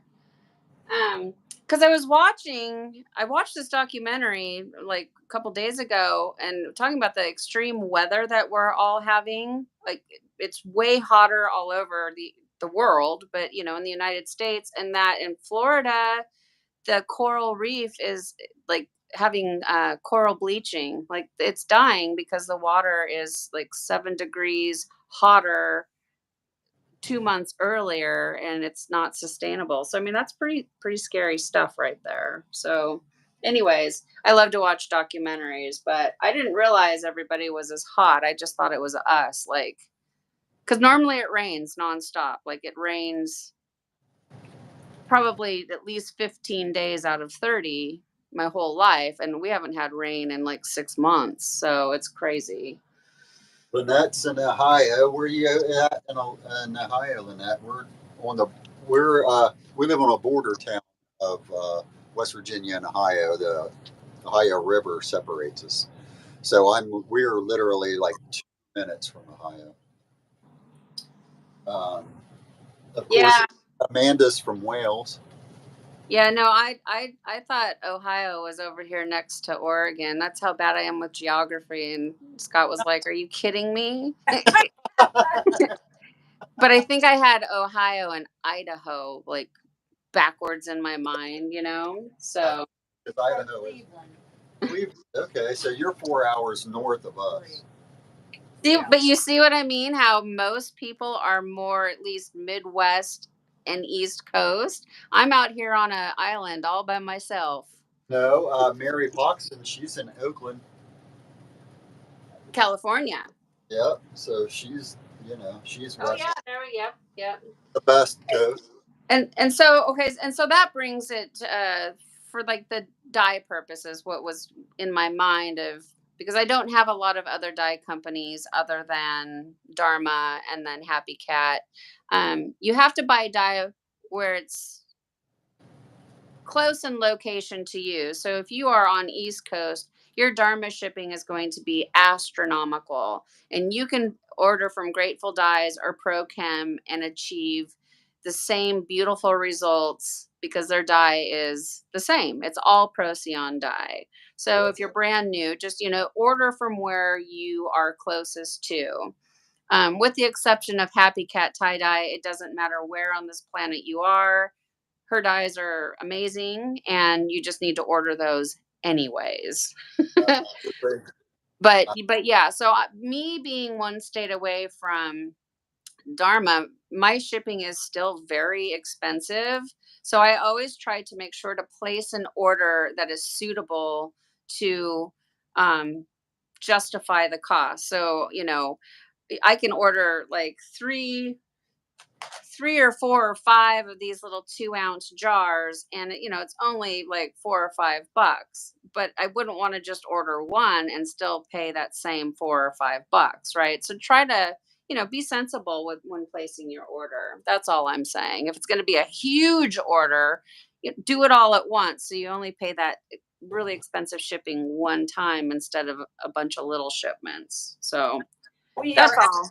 soft, and I'm like about to cry just thinking of my Dharma order. Ugh. Yeah, I do love Dharma's dye selection is so vast.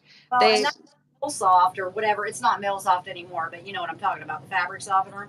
Oh Uh, yeah, right, the detergents. so Yeah. good. It's so good. And I've got like serious skin problems, and it doesn't break me out. So to find an industrial fabric softener that doesn't break me out is like a miracle. Yep. Yeah. And it smells exactly like Elmer's glue, but it works. It's great. Yeah, it smells gross, but it is. I mean, my clothes have never been so soft. Yeah, Vicky McMahon's in Northern California, Napa Valley. Okay, I'm not as alone as I thought I was. Lynn's in Alabama. 109 degrees in Texas, and hasn't it been like 109 degrees for like 10 days straight with no end in sight type of a thing? Yeah, it's well, hopefully it'll shift. Hopefully, this is it El Nino? It's one of them. It's El Nino, El Nina, something like that.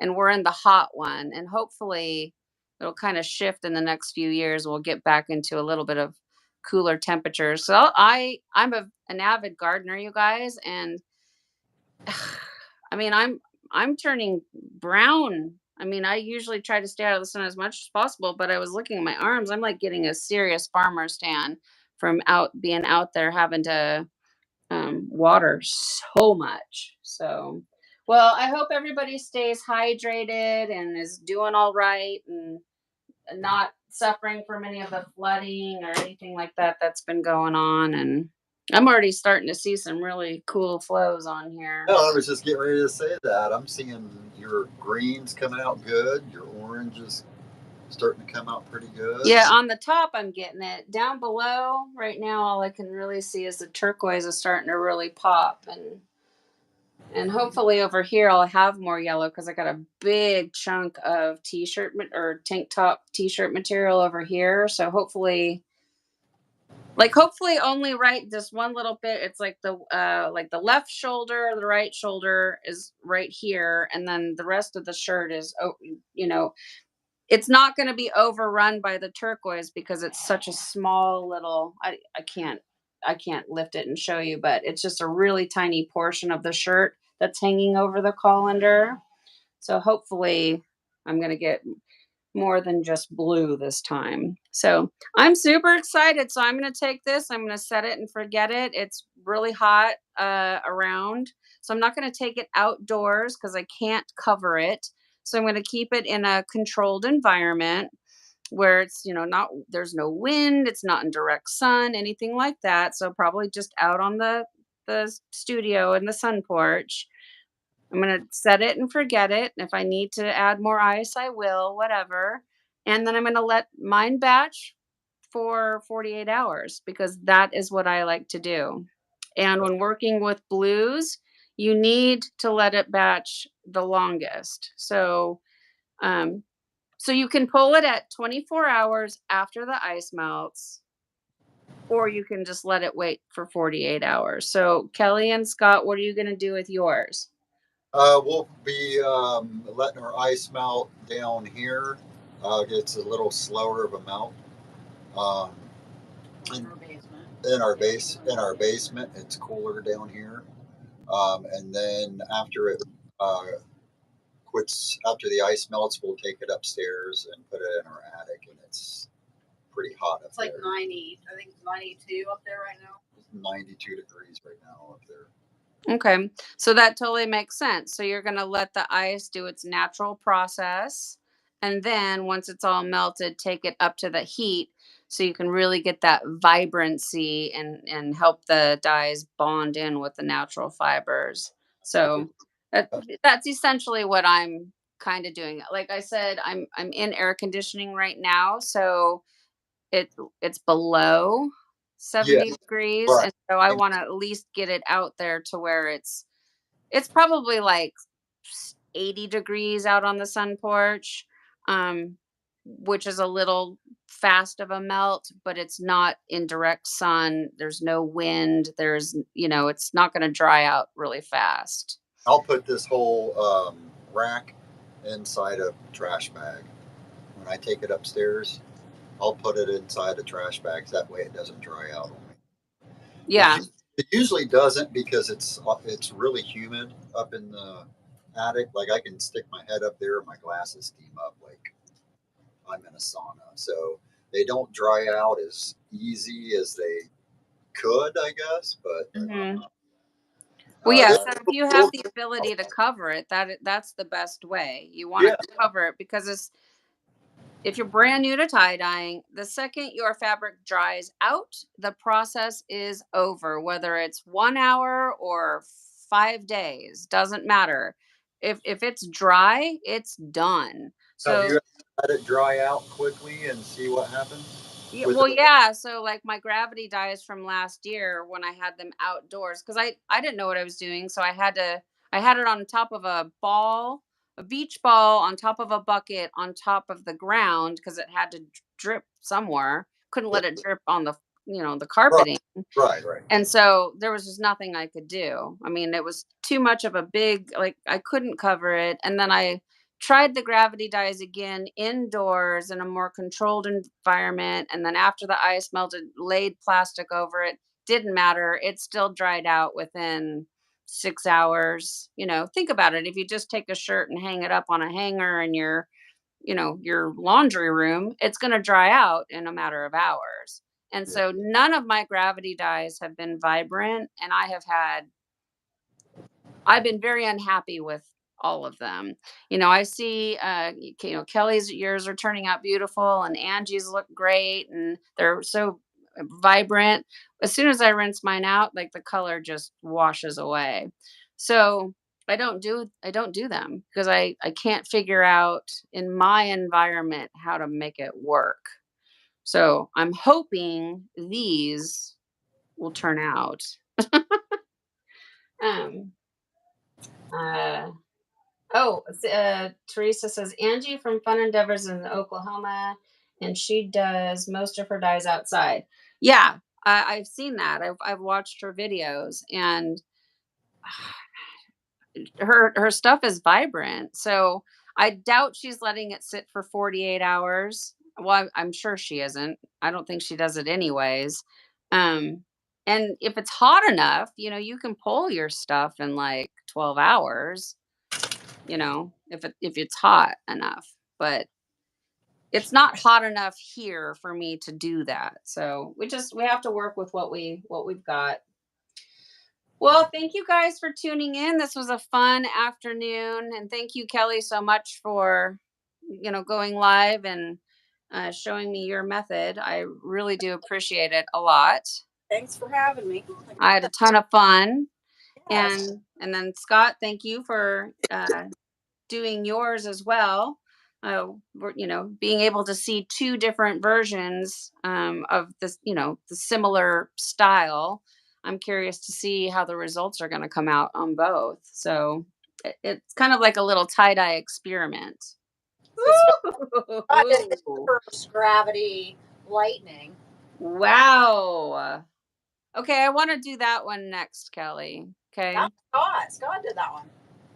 Scott, I want to do that one next. That was his first one. Look how good it turned out. Yeah, that that's was beautiful. love the Wu Tang little symbols down here. What's the Wu Tang? Wu-Tang Clan. Wu Tang Clan. It's a Oh, the band. music. Yeah, yeah. What point it out and hold it there for 20 seconds because I don't know what their symbol is. It's like Yeah, that's those look like teeth. Yeah. It's a raven up top and stormy gray at the bottom. Wow, your raven is super blue. Yeah, it is. It's beautiful, but it's Mine is not. Mine is definitely more like a golden red. But yeah, we could do this anytime. It was actually pretty easy. Yeah, that's really beautiful, gorgeous. Because yeah, I know that to be one of Fun Endeavors Tie-Dye Labs patterns, and I have not tried it yet, and I know she has great success. Obviously, like you have great success, and Kelly, I've seen yours, and they turn out beautiful. I just haven't done one yet. Um, but I'm just loving, especially look, I love the whole thing, but I'm loving the way you're Raven. Like you can see how like the fabric kind of came together in the underarm area, and you can see like the flows. Oh yeah, Yeah. and Yeah, it's actually blue and green in it. yeah, that's really beautiful. No, Raven would be throwing out blues and I green. never had the old Raven, but I love this. I use it quite a bit. Yeah, no, that's gorgeous. Because Well, I did my last gravity was with Stormageddon, and I mean I did everything that I could with that shirt to just try to have something, and when I washed it out, it was just non-existent.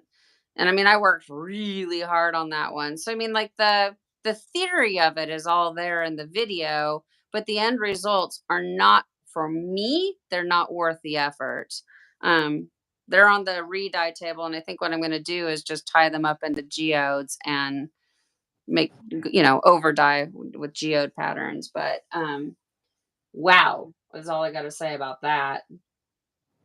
So that we'll save all how you did it for another video, because I would love to do that with you. yeah, definitely. All right, you guys, I think we've been at it for some time now. I know you guys all need to get back and start your day. And, Scott and Kelly, you've got lives to live. And I know I've got things that I should be doing. And I had a ton of fun. I'm excited to see how this is going to turn out. And then I do have the results of our shirts from the last live. I just haven't had a chance to iron it and photograph it yet. And I don't want to show it until it's ironed, at least, because it's not going to do it any justice. So I will be making a reveal video for that soon. And then we'll make reveal videos for these. And I'm going to try to be really much better about that. I'm No, almost looking right here, though, and wondering if I should put a little more blue just to see if I can get a little more purple, because purple's not really popping out quite yet. yeah. I think I might do that. I think I just might. Look how fast the blue's flipping off the ice. Yeah, and it just it's melting really. Where did I put my dye? It's melting. It's already showing up on the shirt a lot. Whereas the other colors aren't quite there yet. But I'm just going to add just a quick little bit, just right a little bit over the red, because I'm just right up here at the corner, because I'm not seeing any purple yet. I'm seeing green and I'm seeing orange, but I'm not seeing any violet show up. So, the whole Roy G. Biv. So I'm just a little bit. That might be a mistake. I maybe shouldn't have done it, but I'm gonna see if I can, because I would like to have a little bit of purple on this shirt. And that's the fun of ice dyeing, you guys. You can, doctor with it as much as you want, or just leave it alone and let it do its thing. Okay, hold on. Scott, Denise has a question. Denise, what was the question? Did she ask? Scott and Kelly, I have a question. Yeah, Scott and Kelly, I have a question. And then Teresa says, Scott. Denise.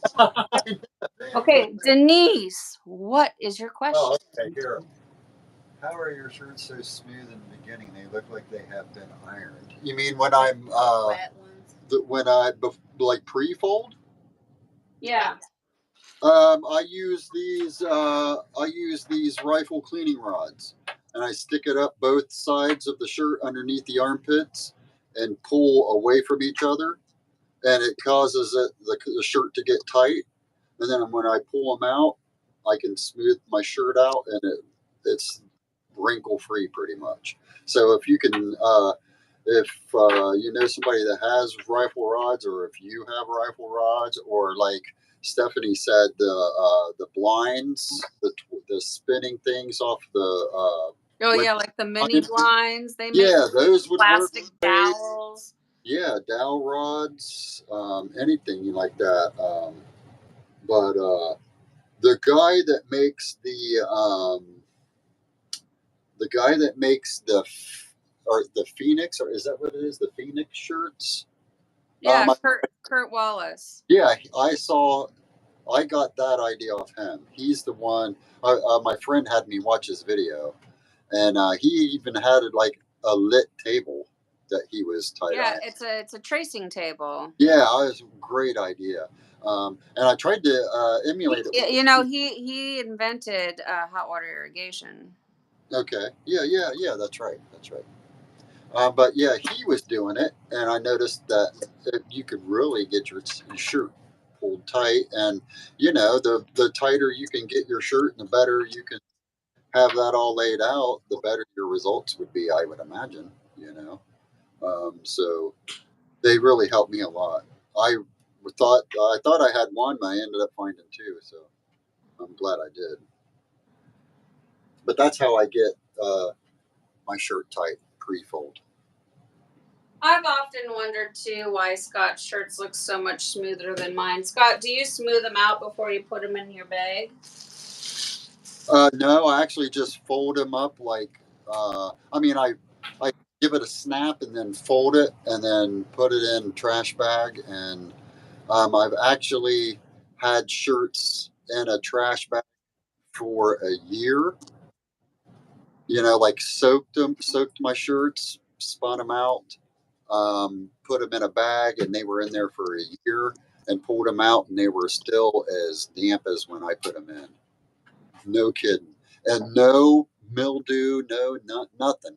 Because my friend told me that if you introduce soda ash to a shirt, it's not going to mildew. Yeah, I've had I don't shirts know if that it's true, but that's well, I don't know if it's true either, but obviously it was in a bag. well, I can like a attest to what Walmart you're bag. saying because I've taken a bag or out of the Panda, and I don't want them to dry out on the table while I'm got like 5 shirts, and then I forget about it or I change my mind or whatever, and I've pulled them out not a year later, but weeks later, and there is no mold or mildew. Now, we've talked about this before live, and I do not suggest that you guys go and do this because I do not want either of us to be in any responsibility if you do end up with mildew on your shirts. Right. But I have experienced the same thing because I know that's a lot of concern for a lot of you. You want to spin your shirts out all at once so you don't have to do one at a time and then think, well, I'm not going to get to it for a couple of days.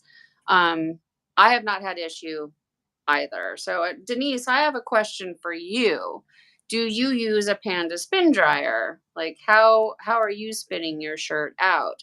Because I think Scott's shirts might be much damper than mine, which wetter shirts are easier to smooth out than dry ones, and what I have found personally.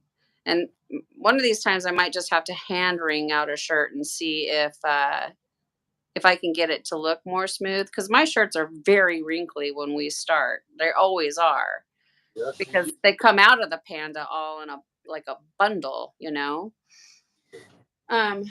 Yeah, so Denise, you're also using the Panda. So your shirts are like super wrinkled when they come out. Um, that might be a good experiment. I noticed your shirt was pretty wrinkled when you threw it on the table today. It was very wrinkled. The one you did with Kelly. It was very wrinkled, and it was also pretty much bone dry, even at less than 2 minutes in the spin. Crap, man. I think your shirts are a lot more damp than what I am working with, is what I'm saying. And there's no probably so. Which I feel like they're not real damp, but compared to yours, they probably are. And that would help with my shirt to lay down flat too. I'm trying to figure out. Do a 1 minute spin.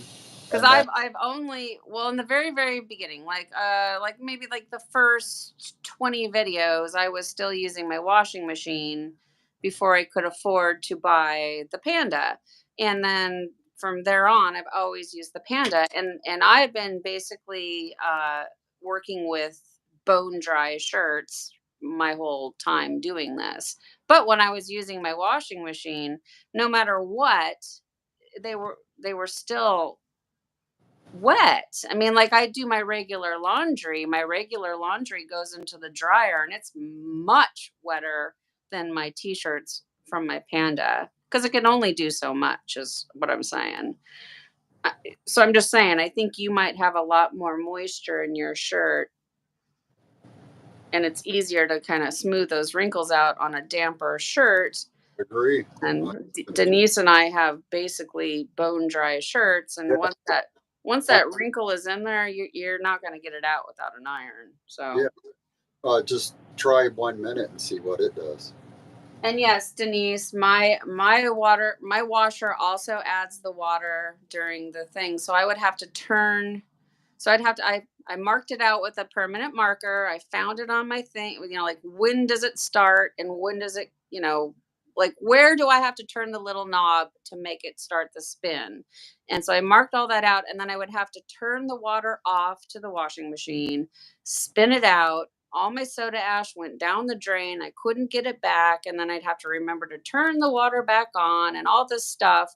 And so um having the Panda has been like a real savings grace. And soda ash is not expensive, you guys, but it's a pain in the butt to have to make soda ash all the time, right?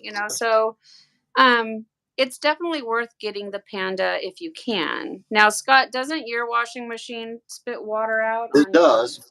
Mine, as soon as, okay, so I turn mine to spin, and if, okay, I turn it to spin, then it says 26 minutes. And then I have to turn extra rinse cycle off, but it still spits a litl bit out, like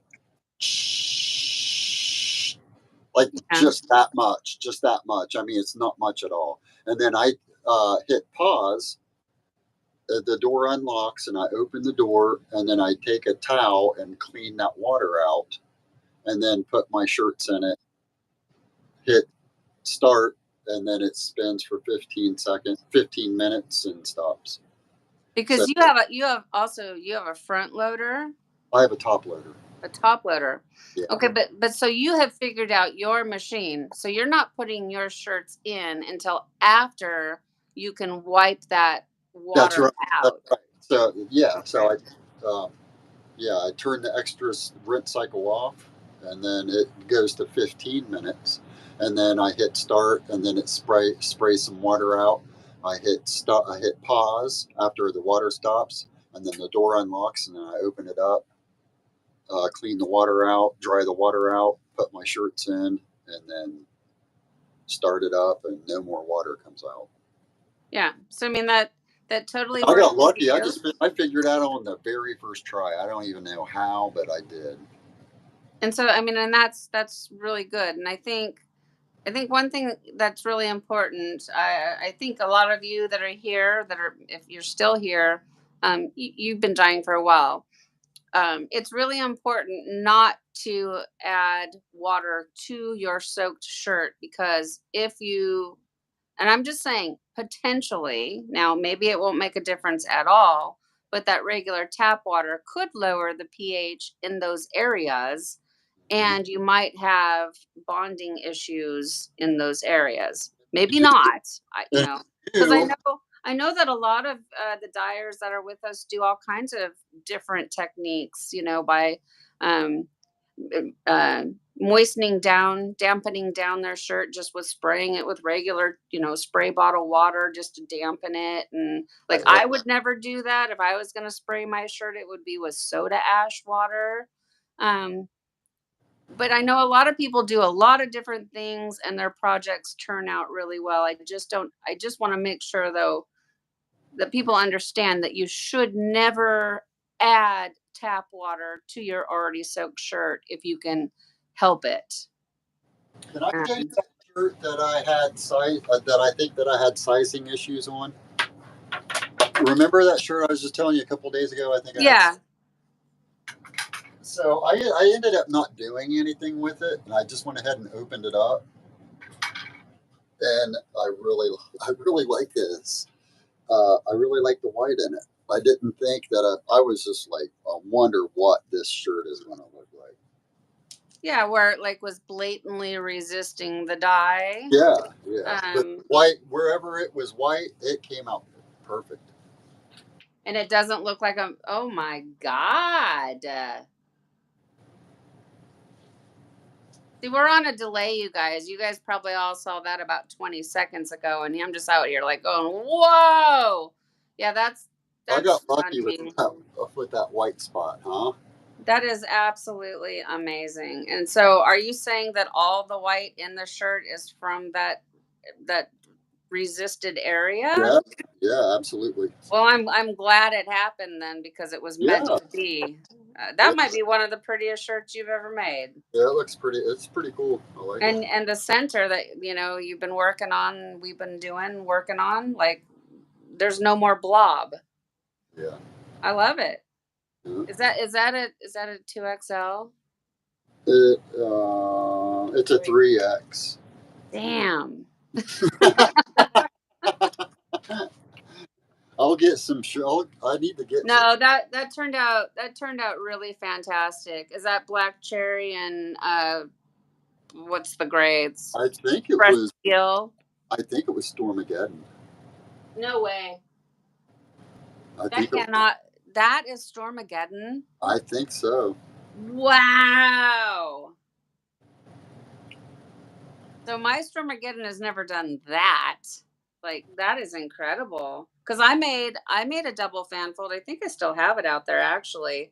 And my Stormageddon doesn't look anything like that. Mine is like that, or maybe it was Dusty Purple. You think that's Dusty Purple, Kelly? Did you use just one color? Yeah. I'm not over here. That doesn't look like Dusty Purple to me. It looks more like Stormageddon if I had to choose, because my Dusty Purple has gray, purple, and green, like green. Yeah, because I remember using Dusty Purples at some. I've been doing a bunch of shirts because I have an event coming up, so I've just been. So like, yeah, wow is like for real. That turned out amazing. It really, really, really does look like. I'm just saying, like for a dupe, you guys, if you don't have Stormageddon, it really looks like black cherry and brushed steel. If you combine, stripe it out, and then leave white space, because white space really is starting to play a major role in how things are looking. Yeah, definitely. And this was Toledo Batman too, because this was all dye over ice. And anytime I do dye over ice, I seem to get really good saturation. Yeah.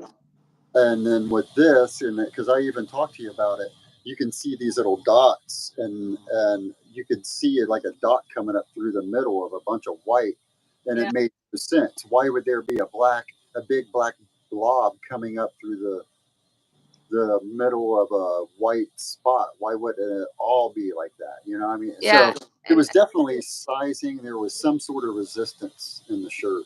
And it doesn't make sense, because I'm almost positive I pre-washed that shirt twice, because that's how my process goes. And then I didn't soak it, but you soaked it. And so it's just like, I don't know why the heck that spot happened, but I'm glad it did. Yeah, just say that. It happened in the perfect spot too, Yeah, and it did. It happened in the perfect spot. But I mean, if you just even walk it all the way back down to the underarm area, like everywhere there is and I know it's not white space. If you're looking at the shirt up close, it's a hint of color, but from a distance, it looks like white space. You walk it all the way back to every little white space line. It's fantastic. And it breaks in between, you know, so there's the underarm, and then you go out to the first line, it looks like a white line, and then it's a black cherry looking line, and then, you know, then it's another white line, and then it's more of a gray line, and it like it the white space areas are exactly where they need to be on this like look, everything you make makes me feel so happy when I see it, but I love this shirt. Like I am in love with it. I just washed out just to make sure that was Stormageddon. I had a pair of socks I needed to rinse out. I won't put them down, but I'll just show them on cameras. That's definitely Stormageddon. And those socks are wet. These are wet, so yeah, once they dry, that pinkish red will kind of pop. Of course, you Yeah, can. I definitely don't think it's the dusty purple, because dusty purple is far more like it's really green and really purple. Right. Yeah. No, that is that, but that looks so completely different than my Stormageddon. But again, I don't have a lot of white space in mine. Oh my God, I absolutely love that. That is so pretty. Just give me 1 second. It'll take me 2 seconds to run and grab mine just so you can see the difference. How two different people can use the same color and make two totally different looking shirts. I'll be right back. 1 second. Okay. So, Donna's going bowling. Oh, Donna gave bowling. Gave the thumbs up. So, Flip a different shirt. well, she's going to go get her screws at it. She's going to get her Stormageddon. So,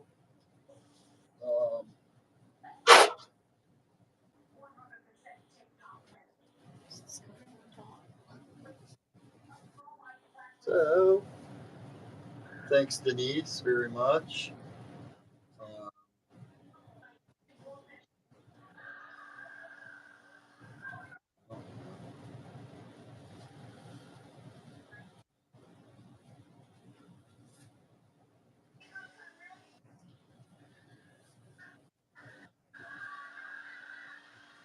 So, yeah.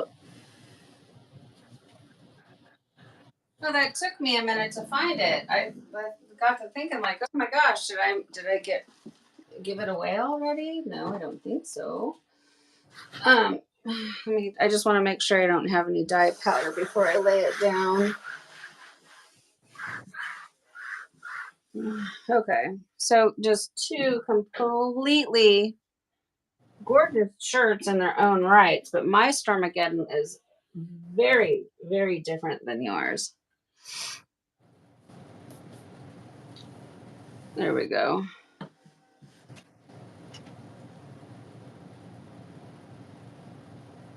But this is how I know yours is Stormageddon, is just because of that. It's got that black cherry, purple lavender in it. I write on my tag. So if you look up at my tag, it says Stormageddon on it. I just write with like the little fine point Sharpie, and then I'll never forget what color I used. Right. So. Yep. That is beautiful stuff. I know, it's gorgeous. Thank you. What size is that? That's a 2XL. Way too big. way too big for you. But no, it's beautiful, but so vastly different. On my day with my eyes, it presented itself with a lot more of that, like the gray tones, it's Dharma's teal blue. This is Stormageddon is Dharma's dye, right? So it's got more of their teal blue in it, and then their purple, and it's kind of like a well, it's their teal blue, which is like a green gray, and I love this shirt. I love it. Looks like a flower, like a dahlia flower on each side. Yes, it's beautiful. But it's so completely different. That's why I'm surprised that that's your Stormageddon, because it doesn't look. But I think it's because of your white space. I think without the white space, it would look more. See, if you go down to the bottom, your bottom, and you get right into that, like your grayest points, it has that teal green gray color down in there. Yeah. Yeah, I just love double fan folds. First of all, they're easy to do, and secondly, they just have such a dynamic look to them. Do. And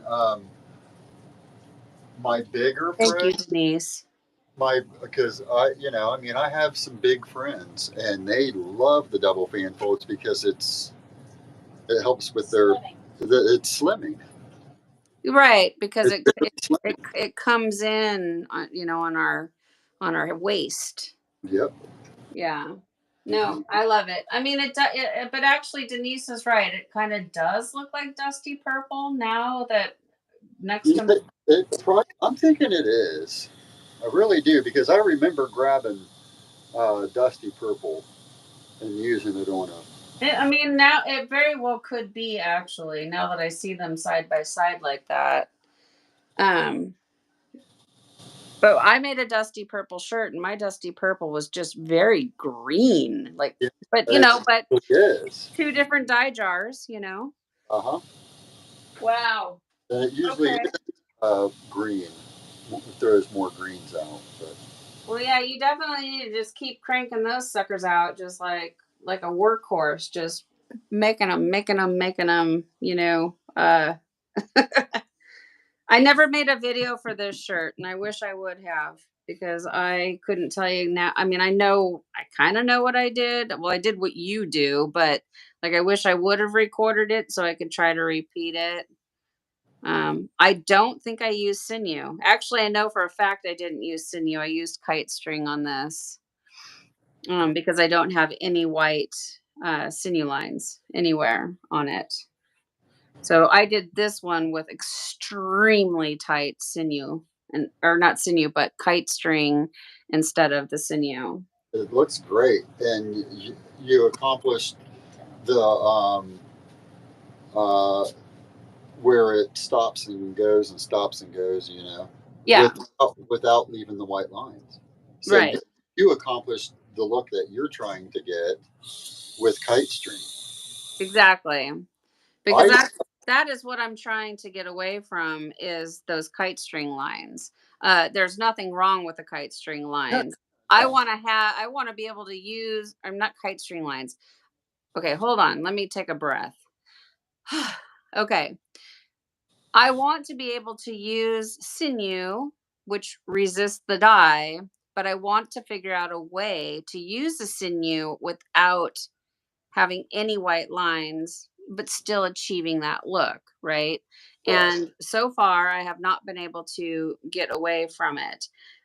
This one, like I said, I really wish I would have made a video. Do you guys remember me saying, like, last live or a couple lives ago, like, it's good to, like, write down, record, take photographs, whatever, because if you make your masterpiece and you haven't documented it, then you don't know what you did. And this right here is one of those situations. I have no documentation other than the rinse out. So I can go back at the rinse out and look at what I used. Well, Yeah. I don't have that anymore, but it's on Instagram. So I can go on Instagram and look at my rinse out video. And I'm pretty sure I just used sinew. And I can, not sinew, gosh, kite string. And I pulled it with all of my might, right? Uh-huh. Like I would like a geode, like really yank that kite string to tighten it down.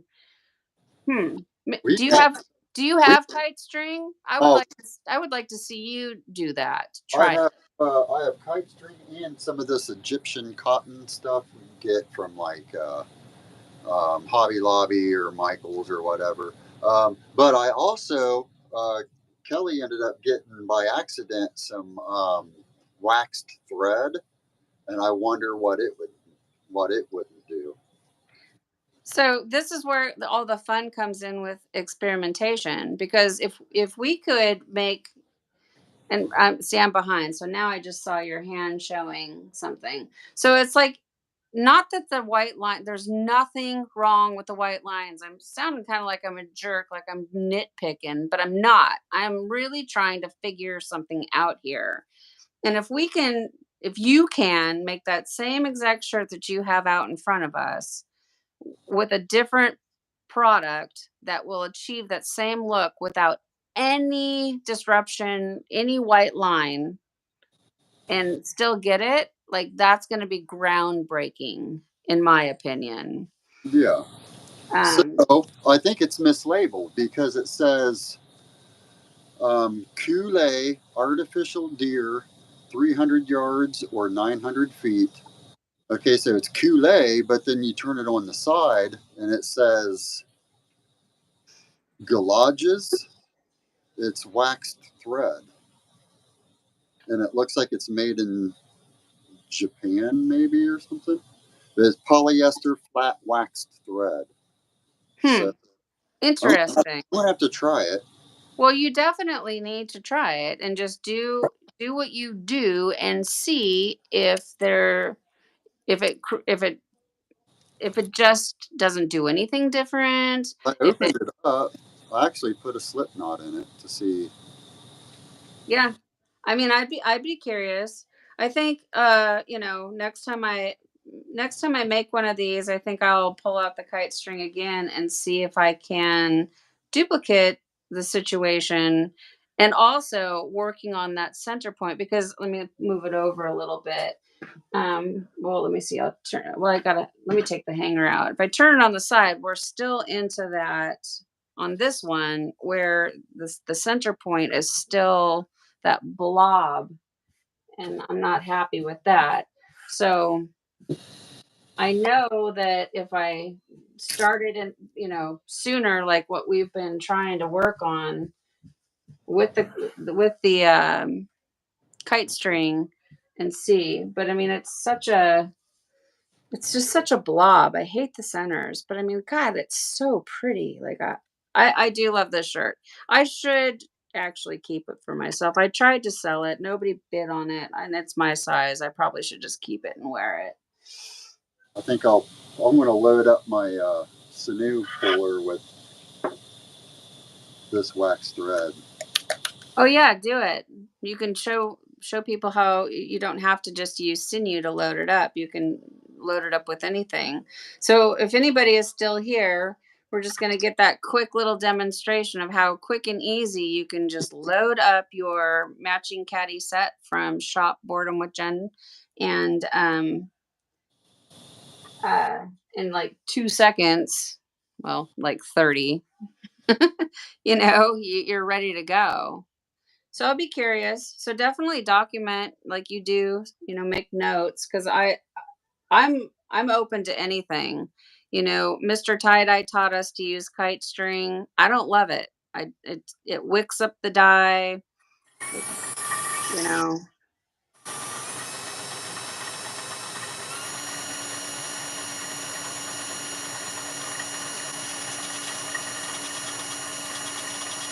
So we'll try some wax thread. Why not? What?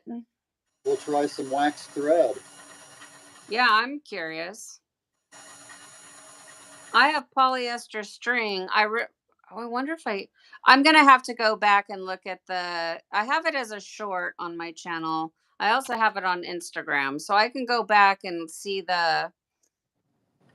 I don't know if I did the whole thing, but if I left it in, I'll be able to see what string I removed, because then it'll help me remember what I did to do it. Yeah. So And again, there's nothing wrong with the white sinew lines, you guys. Nothing wrong. no, but Nothing. we can avoid them. Why not? Scott and I are trying.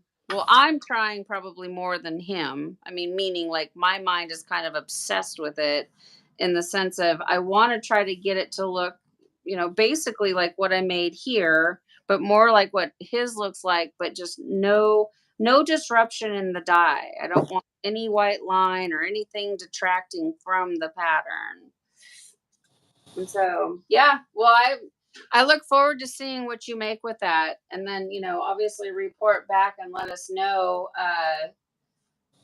If because I know that I cannot achieve this look by using rubber bands. I try to use rubber bands. You can get them pretty tight, but you can't get them tight enough to really get this look. You have to use sinew, um, which is great. This I used kite string, but I really had to pull it tight. And so, yeah, look at that. That is the most killer. Look at that. Yep, boredom with Jen. So you guys want to go to shop boredom with Jen and get that caddy. Like, look, he wound it in like 30 seconds. And now once Yeah. we hang up, Scott will be able to quickly fold up a shirt and tie it off with his new string and then let us know like how it turned out. And so, I mean, just all within a matter of minutes. So Yeah. I'm kind of anxious to try it out now. I forgot we even had it. We were going to send it back. It was sitting back behind the door. We were going to send it back, and then I don't know. I want to try it. I'm glad you didn't. I'm curious to see how it's going to turn out because Yeah. if it works for you, then I'm going to also get some for sure. You have to have sinew for the geodes and other projects. Like sinew is never going to go away, but for like this particular pattern, it's my goal, and Scott's on the mission to help me try to figure this goal out. So Sure, absolutely. beautiful. What is knicker elastic? Underpant elastic? I don't even know. Like, is that a thing? I don't sew my own underpants, so I don't know what that even is, Amanda. Knickers, or well, no, knickers are pants. You're speaking another language to me, woman. She's in Wales. No, I know, and I We're, was thinking you call knickers your underpants. Your uh-huh. here we call them underwear, and I thought they called them knickers, but then I started thinking like, no, knickers are pants, I think. I thought your knickers was your underwear. Yeah, I don't know, like really. She'll So, tell us, I'm sure. um, Like the it's like an elastic on a spool. I mean, I think anything. I think you could use literally just about anything. Rope. I mean, I don't. As long as you can wrap it and tie it. I've watched a lot of shibori tutorials, and it looks like they're using wrapping paper ribbon. Like they come in those like little, really neatly like little spools, that thin stuff, and that to me, that's what it looks like.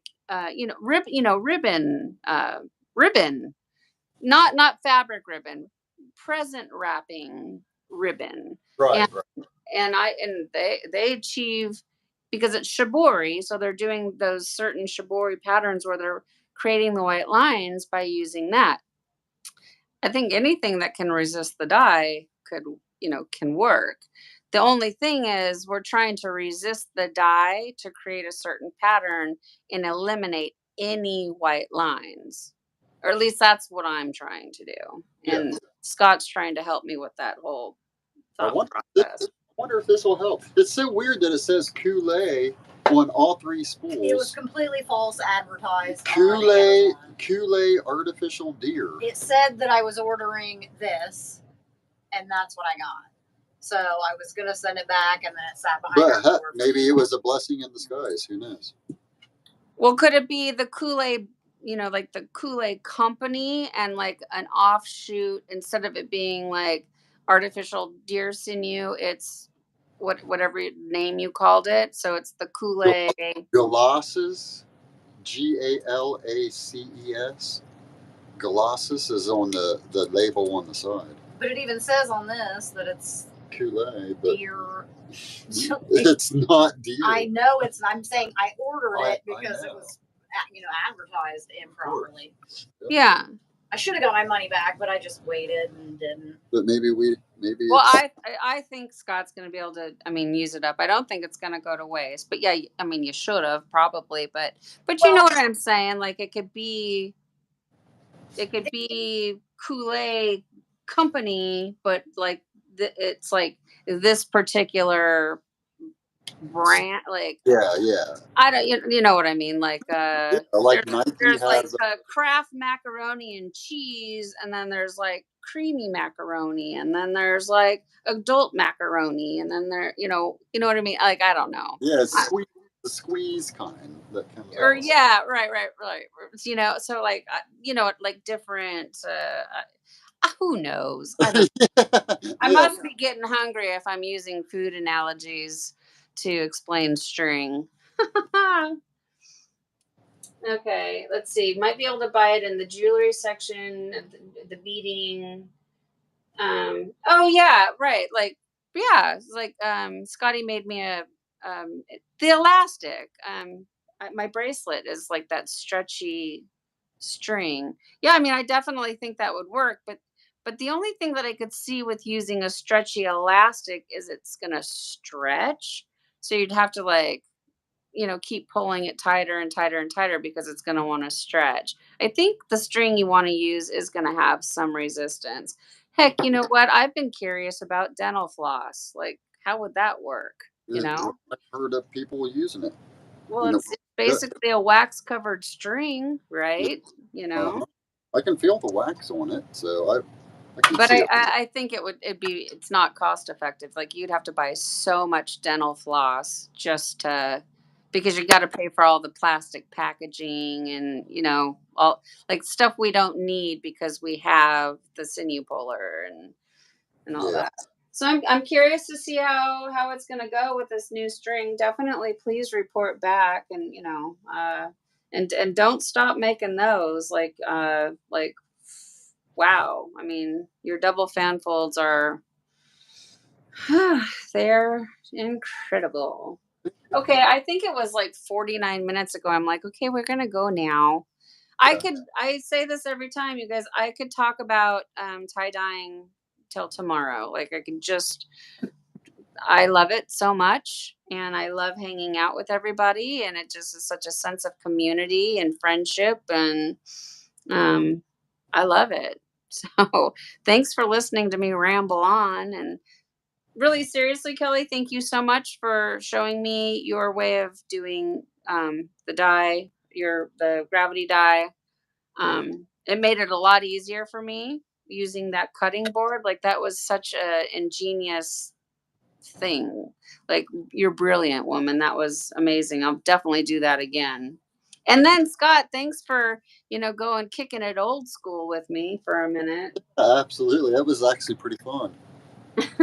Well, we'll see how it turns out. You were mad at first. Don't even play.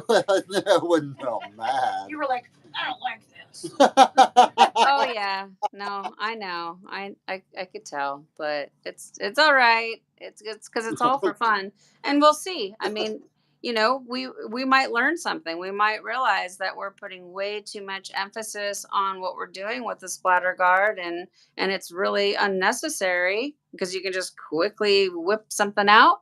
Or we might see like, yeah, see, this is why we use the splatter guard is because it's a good tool. I feel like it's pretty necessary. Well, I'm just going to be in team necessary. Me too. Well, me too. I don't think I'm ever going to get away from it, but cool to I mean, for people that don't have it, yeah, I'm just curious to see. around with it. I'm gonna see. I've been wanting to do this for a while now, just kind of like a little bit of a side by side. It's not really a good side by side because it's two completely different shirt processes, but we'll see. We'll see. We won't. You don't know until you try. All right, you guys, I'm going to let you guys go so you can get back to your day. I know it's probably past dinner time there for you and for everybody else that was hanging out with us. Thank you so much for tuning in. We'll see our results here in a few days, and I'm excited about it. And I do look forward to seeing all of your shirts in the tie-dye group, Belladonna Dyes Community Tie-Dye Group. So if you're not a member yet, make sure that you come and hang out with us over there because we have a bunch of fun over there. So, all right, guys, you take good care and we'll talk soon, okay? Okay, sounds good. All right, bye, everybody. Hi. Oh my God, I forgot to put my ice in the freezer. My carpet is drenched. Tough. Whoops. Okay. All right. Bye, guys. Bye. We'll see ya. Thanks.